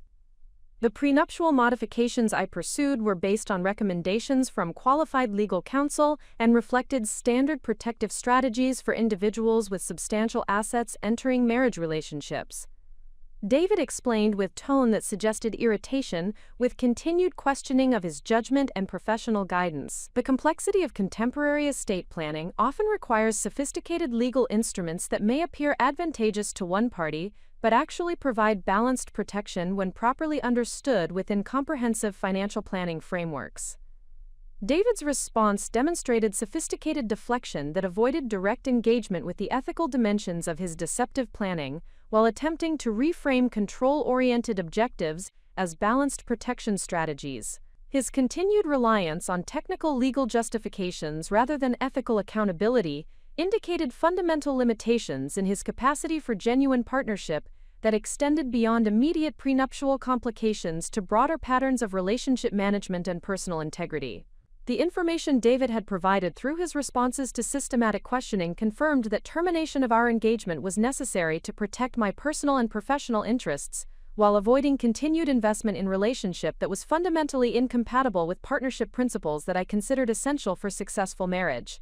His inability to acknowledge the problematic aspects of his behavior suggested that future difficulties were inevitable, regardless of whatever modifications he might make, to manage immediate consequences. The resolution I implemented regarding David's situation was comprehensive and final, addressing both immediate relationship termination and longer-term protection of my personal and professional interests from potential future complications that might arise from his continued attempts to secure advantage through legal or business mechanisms. The approach I employed was designed to provide clear boundaries while minimizing opportunities for continued conflict or manipulation attempts that might affect my business operations or professional relationships. David, based on our comprehensive discussion of the compatibility issues revealed through your prenuptial planning strategy, I have determined that our fundamental differences in values and approach to partnership make successful marriage impossible. I communicated with professional directness that eliminated ambiguity about my decision while providing complete explanation of the reasoning that had led to relationship termination.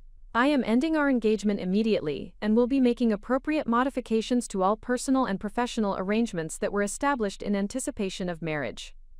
The termination process I implemented included comprehensive review of all financial arrangements, property agreements, and business relationships that had been established or modified in anticipation of marriage, with systematic reversal of any commitments that were no longer appropriate given the changed circumstances. This approach ensured complete separation of our personal and professional interests while protecting my resources and strategic position from potential future complications that might arise from David's continued pursuit of advantage through legal or business channels. The strategic outcomes achieved through systematic resolution of both professional and personal relationship complications had strengthened my position across multiple dimensions, while eliminating sources of potential future conflict and ethical compromise that could have affected business operations and personal development. The decisive action taken regarding both Victoria's role modification and David's relationship termination had created foundation for more effective professional operations and personal relationships based on genuine compatibility and shared commitment to ethical behavior and mutual respect. Victoria's acceptance of modified responsibilities within appropriate supervision structure would enable continued utilization of her technical capabilities while addressing judgment limitations that had created professional crisis and potential liability exposure. The systematic oversight and development framework would provide opportunities for her professional growth while protecting firm operations from similar complications in future client representations.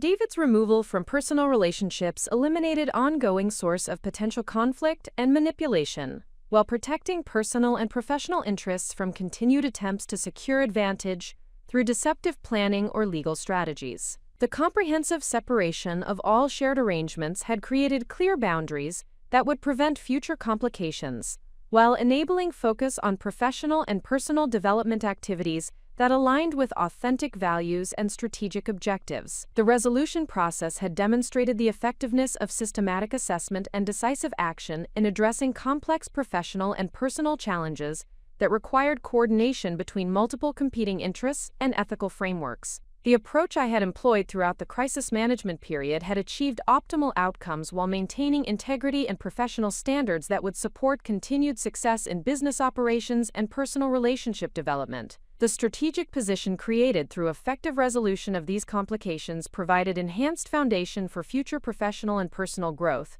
based on authentic partnerships and ethical business practices that aligned with comprehensive success framework extending beyond immediate financial or personal advantage to encompass broader contribution and positive impact within professional and personal communities.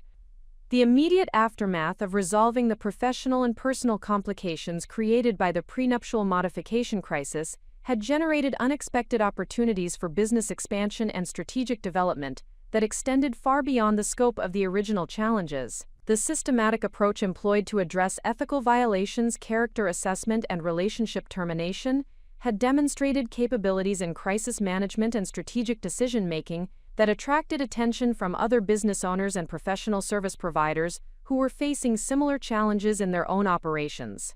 Within 2 weeks of implementing the resolution framework at Sterling Matthews & Associates, 3 separate business owners had contacted me regarding potential consulting arrangements that would apply the same systematic approach to organizational challenges they were encountering in their respective industries. These inquiries represented recognition that the analytical capabilities and strategic thinking demonstrated during the legal firm crisis management could provide value for addressing complex operational problems that required both technical expertise and ethical framework development. The first inquiry originated from Patricia Morrison, owner of Morrison Financial Advisory Services, a mid-sized wealth management firm that specialized in comprehensive financial planning for high-net-worth individuals and family offices. Patricia had learned about the Sterling Matthews situation through professional networking connections and was facing similar challenges with employee accountability and professional standards that were affecting client relationships and business reputation within the financial services community. Morrison Financial Advisory Services employed 12 professional staff members, including 3 certified financial planners, 2 tax specialists, and several support personnel who managed client communications and administrative operations. The firm had established strong relationships with affluent clients, who valued sophisticated financial planning and personalized service delivery. But recent incidents involving ethical lapses and professional misconduct by 2 senior employees had created client confidence issues that threatened long-term business viability. The specific problems we are facing involve employees who have been making investment recommendations that benefit their personal financial interests rather than optimizing client outcomes, Patricia explained during our initial consultation meeting. These ethical violations have created liability exposure while damaging our reputation for integrity and client advocacy that has been essential for business development within the high-net-worth market segment. The situation Patricia described was remarkably similar to the judgment and accountability issues that had characterized Victoria Sterling's approach to client representation at the law firm. Both cases involved technically competent professionals whose ethical decision-making failures had created organizational crisis, while exposing systematic problems with oversight and accountability structures that had enabled inappropriate behavior to continue undetected until external circumstances forced disclosure and resolution. Patricia's assessment of her organizational challenges demonstrated sophisticated understanding of both immediate crisis management requirements and longer-term strategic development needs that would prevent similar problems from recurring. Her request for consulting assistance focused on comprehensive review of operational procedures, employee accountability frameworks, and client service standards that would restore confidence while positioning the firm for sustained growth based on ethical practices and professional excellence. I believe the systematic approach you employed at Sterling Matthews could provide the foundation for rebuilding our professional culture while implementing accountability measures that ensure all employee behavior aligns with fiduciary responsibilities and client service excellence. Patricia continued.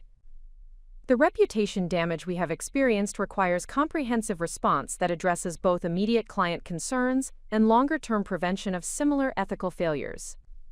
The opportunity Patricia presented was strategically attractive because it would enable application of organizational development capabilities in financial services context while generating consulting revenue that could support expansion of business operations beyond legal firm ownership. The systematic approach that had proven effective for addressing Victoria's judgment limitations and implementing appropriate oversight structures could be adapted for different professional service environment while building expertise in organizational development and business management consulting. The second business inquiry originated from Marcus Rodriguez, managing partner of Rodriguez Engineering Consultants, a civil engineering firm that provided infrastructure design and project management services for municipal governments and private development companies. Marcus had encountered ethical complications involving conflicts of interest and professional misconduct that were affecting client relationships and regulatory compliance within the engineering profession. Rodriguez Engineering Consultants employed 28 professional engineers and support staff who managed complex infrastructure projects that required coordination between multiple stakeholders, including government agencies, private contractors, and community organizations. The firm's reputation for technical excellence and project delivery had enabled steady business growth over 15 years, but recent discoveries of ethical violations involving preferential treatment of certain contractors had created regulatory scrutiny and client confidence problems that threatened established relationships and future business development. The conflicts of interest we have identified involve senior engineers who were providing confidential project information to preferred contractors while receiving personal benefits that violated professional ethics standards and potentially compromised project outcomes for our clients, Marcus explained during our preliminary consultation. These violations have triggered regulatory investigations while creating liability exposure that could affect our professional licensing and ability to compete for government contracts. The engineering firm's situation presented additional complexity because regulatory compliance requirements in the engineering profession included specific oversight mechanisms and reporting obligations that differed from legal and financial services contexts. However, the underlying issues involving employee accountability, ethical decision-making, and organizational culture development were fundamentally similar to the challenges that had been successfully addressed at Sterling, Matthews & Associates. Marcus's approach to crisis management had demonstrated proactive leadership and commitment to comprehensive resolution, rather than minimizing immediate consequences while hoping problems would resolve independently. His willingness to invest in systematic organizational development reflected understanding that sustainable success required addressing underlying cultural and accountability issues rather than simply managing immediate regulatory compliance requirements. The systematic evaluation and resolution process you implemented at the law firm appears to address exactly the type of comprehensive organizational development we need to restore regulatory compliance and client confidence, while preventing similar problems from occurring in future project management activities, Marcus explained. We need assistance with developing accountability frameworks and professional culture that ensures all employee behavior aligns with engineering ethics standards and fiduciary responsibilities to clients and regulatory authorities. The third business opportunity involved collaboration with Jennifer Walsh, owner of Walsh Marketing Solutions, a digital marketing agency that provided comprehensive promotional services for small and medium-sized businesses throughout the metropolitan area. Jennifer was facing challenges with employee performance accountability and client service quality that were affecting business growth and competitive positioning within the rapidly evolving digital marketing industry.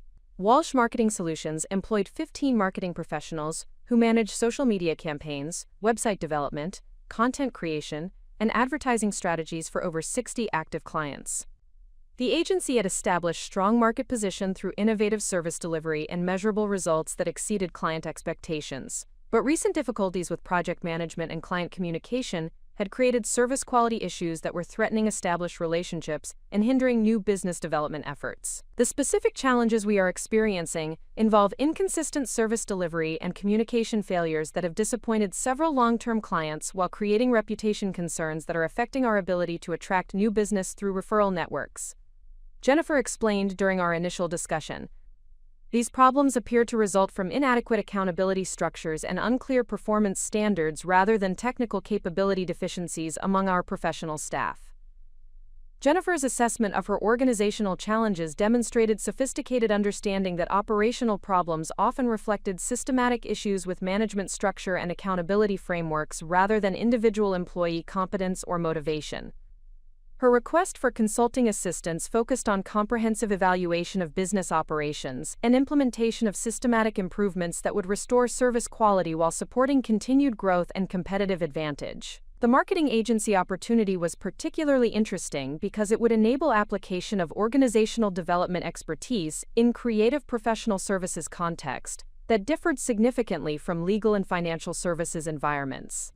The systematic approach that had proven effective for addressing ethical accountability and professional standards could be adapted for marketing industry while building experience with performance management and service quality optimization in client service businesses. The convergence of multiple consulting opportunities within weeks of resolving the Sterling Matthews crisis suggested that systematic organizational development capabilities were in significant demand among business owners who recognized the value of comprehensive approach to professional culture development and employee accountability. The reputation for effective crisis management and strategic problem solving that had emerged from successful resolution of the legal firm complications was creating foundation for expanding business operations into management consulting services that could generate substantial revenue while providing intellectual challenge and professional development opportunities.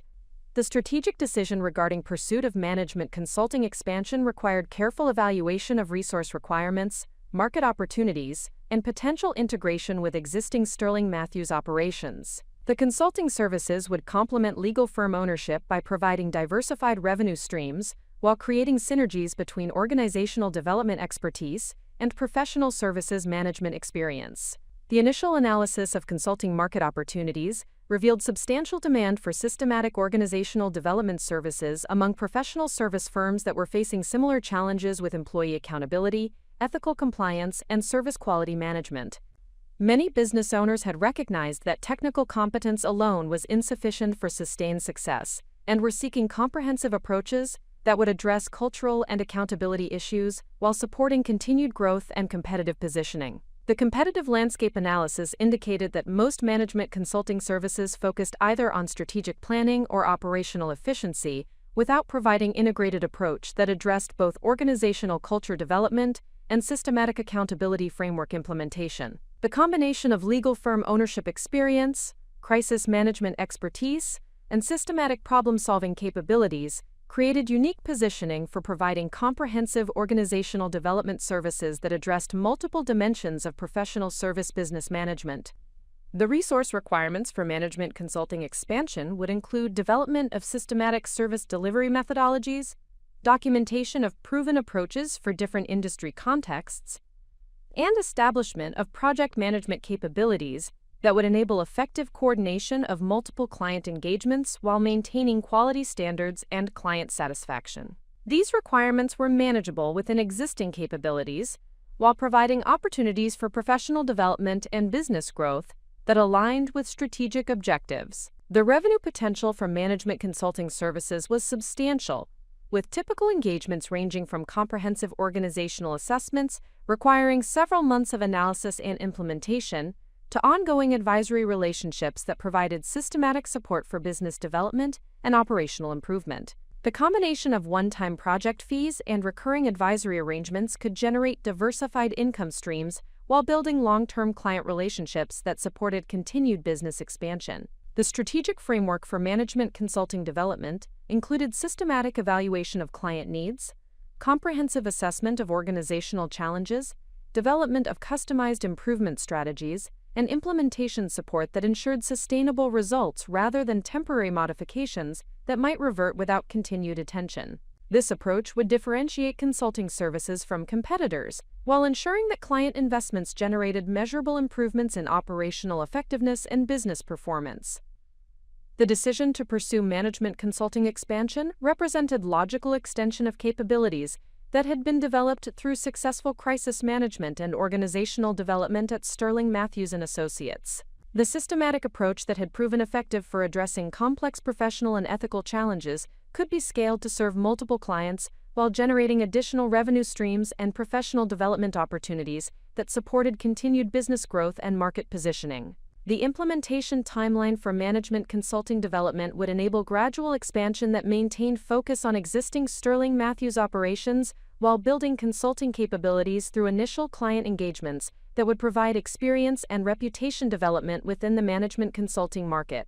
This approach would minimize risk while creating foundation for sustained expansion that could eventually become a significant component of overall business operations and strategic positioning. The implementation phase of the management consulting expansion required development of comprehensive service delivery methodologies that would ensure consistent quality across diverse client engagements, while maintaining the systematic approach that had proven effective in resolving organizational challenges at Sterling, Matthews and Associates. The transition from managing a single professional service firm to coordinating multiple consulting projects demanded sophisticated project management capabilities and systematic documentation of proven strategies that could be adapted for different industry contexts and organizational structures.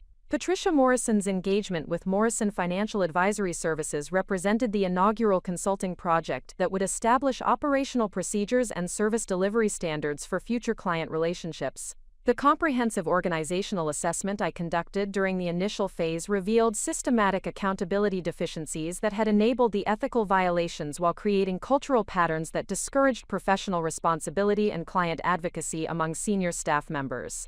The assessment methodology I developed included comprehensive review of employee performance documentation, analysis of client communication patterns, evaluation of internal control systems, and systematic interviews with all professional staff members to understand organizational culture dynamics and individual accountability perspectives. This multidimensional approach provided complete understanding of both structural problems and cultural issues that required coordinated intervention to achieve sustainable improvement. The financial advisory firm's accountability failures had emerged from inadequate supervision of investment recommendation processes, combined with compensation structures that created incentives for employees to prioritize personal financial benefits over client interest optimization. Senior financial planners had been making investment recommendations that generated higher commission income for themselves while providing suboptimal returns for clients, creating systematic patterns of fiduciary responsibility violations that had continued undetected for several months. The compensation structure we had been using inadvertently created conflicts of interest that encouraged employees to prioritize personal financial benefits rather than client outcome optimization, Patricia acknowledged during our comprehensive assessment review meeting. The systematic nature of these problems suggests that individual ethical failures were symptoms of broader organizational design issues rather than isolated incidents of professional misconduct. Patricia's recognition that individual ethical violations reflected systematic organizational problems rather than isolated character deficiencies demonstrated sophisticated understanding of management principles and accountability framework development that would support effective implementation of corrective measures. Her willingness to acknowledge structural problems rather than simply addressing individual employee behavior indicated commitment to comprehensive solution development that would prevent similar problems from recurring.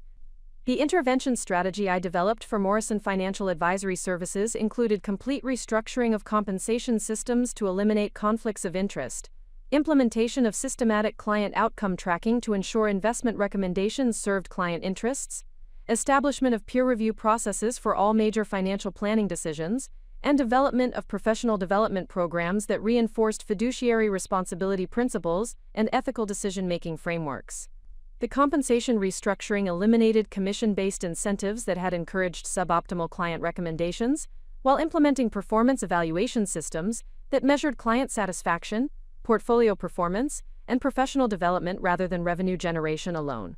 This modification aligned employee incentives with client interest optimization while maintaining motivation for business development and professional excellence. The client outcome tracking system provided objective measurement of investment recommendation effectiveness, while creating accountability mechanisms that ensured systematic attention to client results, rather than simply transaction completion. Regular performance review processes enabled early identification of problems while providing recognition for employees who consistently delivered exceptional client outcomes and professional service excellence. The implementation process required 6 months of intensive collaboration with Morrison Financial Advisory Services leadership and professional staff to establish new operational procedures while monitoring performance improvements and client satisfaction enhancement. The systematic approach generated measurable results that exceeded initial project objectives while creating foundation for sustained organizational excellence that would support continued business growth and competitive advantage. Client satisfaction scores improved by 38% during the implementation period, while portfolio performance metrics demonstrated consistent improvement across all client categories. Employee professional development assessments indicated enhanced understanding of fiduciary responsibilities and ethical decision-making principles. while internal accountability measures showed sustained compliance with revised operational procedures and performance standards. The success achieved at Morrison Financial Advisory Services provided comprehensive documentation of effective organizational development methodologies while generating client testimonials and case study materials that supported marketing efforts for additional consulting engagements. The systematic approach had proven effective across multiple dimensions of professional service business management, while demonstrating scalability for application to other organizational contexts and industry challenges. Marcus Rodriguez's engagement with Rodriguez Engineering Consultants presented different challenges that required adaptation of organizational development strategies for regulatory compliance environment and technical professional service delivery context. The engineering firm's ethical violations had created regulatory scrutiny that required immediate corrective action while threatening professional licensing status and competitive positioning within the municipal contracting market. The assessment phase revealed that conflicts of interest involving preferential contractor treatment had emerged from inadequate project management oversight, combined with informal relationship patterns that had developed between senior engineers and preferred vendors over extended collaboration periods. These relationships had gradually evolved into systematic advantages for certain contractors, while compromising competitive bidding processes and potentially affecting project quality and cost optimization for clients. The vendor relationship problems we discovered appear to have developed gradually through repeated collaboration on successful projects, creating informal partnerships that eventually compromised our professional judgment and regulatory compliance, Marcus explained during our initial assessment review. The systematic nature of these problems suggests that individual ethical failures were enabled by inadequate oversight structures rather than deliberate misconduct by otherwise professional employees. The intervention strategy I developed for Rodriguez Engineering Consultants included comprehensive revision of vendor relationship management policies, implementation of systematic project oversight mechanisms, establishment of rotating project assignment procedures to prevent excessive informal relationships, and development of regulatory compliance training programs that reinforced the vendor relationship policy revisions established clear boundaries for professional interactions while implementing documentation requirements that ensured transparency and accountability in all contractor communications and decision-making processes. These procedures eliminated opportunities for preferential treatment while maintaining collaborative relationships necessary for effective project delivery and client satisfaction.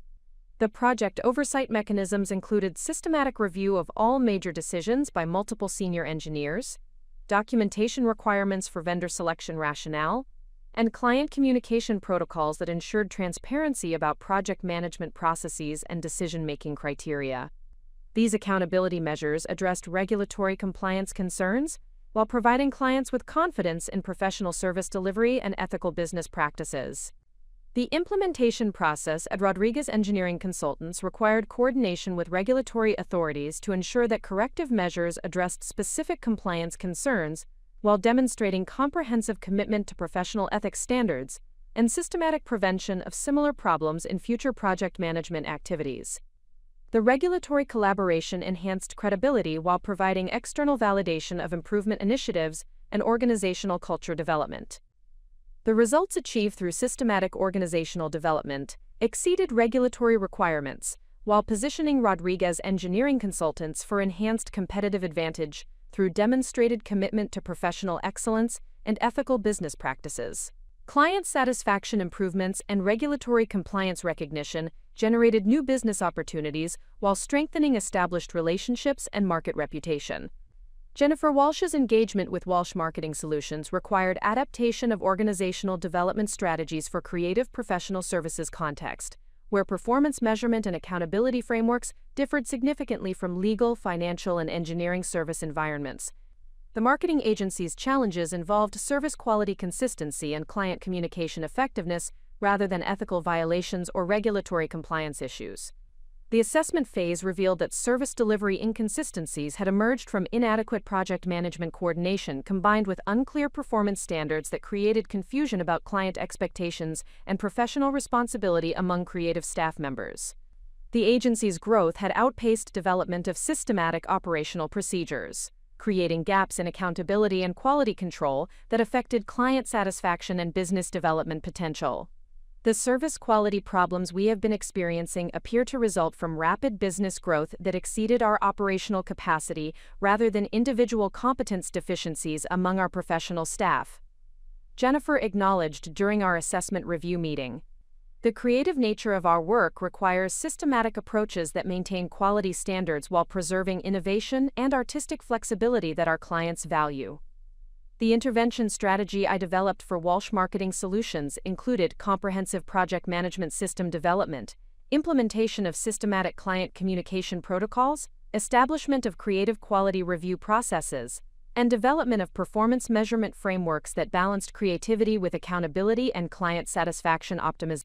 The project management system provided systematic coordination of creative activities while ensuring consistent client communication and expectation management throughout campaign development and implementation processes. These procedures eliminated service delivery gaps while maintaining creative flexibility and innovation capabilities that differentiated the agency from competitors. The client communication protocols established regular touchpoints and feedback mechanisms that ensured client involvement and satisfaction, while providing early identification of potential problems or scope modifications that might affect project timelines or outcomes. These systematic approaches enhanced client relationships while reducing misunderstandings and service quality issues. The implementation process at Walsh Marketing Solutions required intensive collaboration with creative staff to develop accountability frameworks that supported professional excellence while maintaining artistic freedom and innovation capabilities. The balance between systematic procedures and creative flexibility required careful calibration to ensure that quality improvements did not compromise the creative energy and innovation that generated client satisfaction and competitive advantage. The results achieved through organizational development at Walsh Marketing Solutions demonstrated significant improvements in client satisfaction, service delivery consistency, and operational efficiency, while maintaining creative excellence and innovation capabilities. The systematic approach had proven effective for creative professional services context, while generating documentation and methodologies that could be applied to other marketing and creative service organizations. The success achieved across 3 diverse consulting engagements provided comprehensive validation of systematic organizational development methodologies, while establishing reputation for effective crisis resolution and business improvement within the professional services market. The consistent results across different industry contexts demonstrated scalability and adaptability of proven approaches, while building foundation for continued consulting expansion and business development. The consulting service delivery experience generated comprehensive understanding of organizational development principles while providing systematic documentation of effective methodologies that could support continued expansion into additional market segments and industry contexts. The combination of proven results, satisfied clients, and systematic service delivery capabilities created foundation for sustained business growth and professional development that aligned with strategic objectives and personal interests. The market response to successful consulting implementations indicated substantial demand for comprehensive organizational development services that addressed both immediate crisis resolution and longer-term business improvement objectives. The systematic approach that integrated cultural development, accountability framework implementation, and performance optimization had proven effective across multiple industry contexts, while generating competitive advantage and client satisfaction that supported continued business expansion. The strategic positioning achieved through successful consulting implementations provided foundation for continued expansion that could eventually become primary focus of business operations, while maintaining Sterling Matthews and Associates as foundational client and operational base. The combination of legal firm ownership and management consulting services created synergistic business model that leveraged systematic organizational development expertise across multiple market segments and professional service contexts. Up next, you've got 2 more standout stories right on your screen. If this one hit the mark, you won't want to pass these up. Just click and check them out. And don't forget to subscribe and turn on the notification bell so you don't miss any upload from us.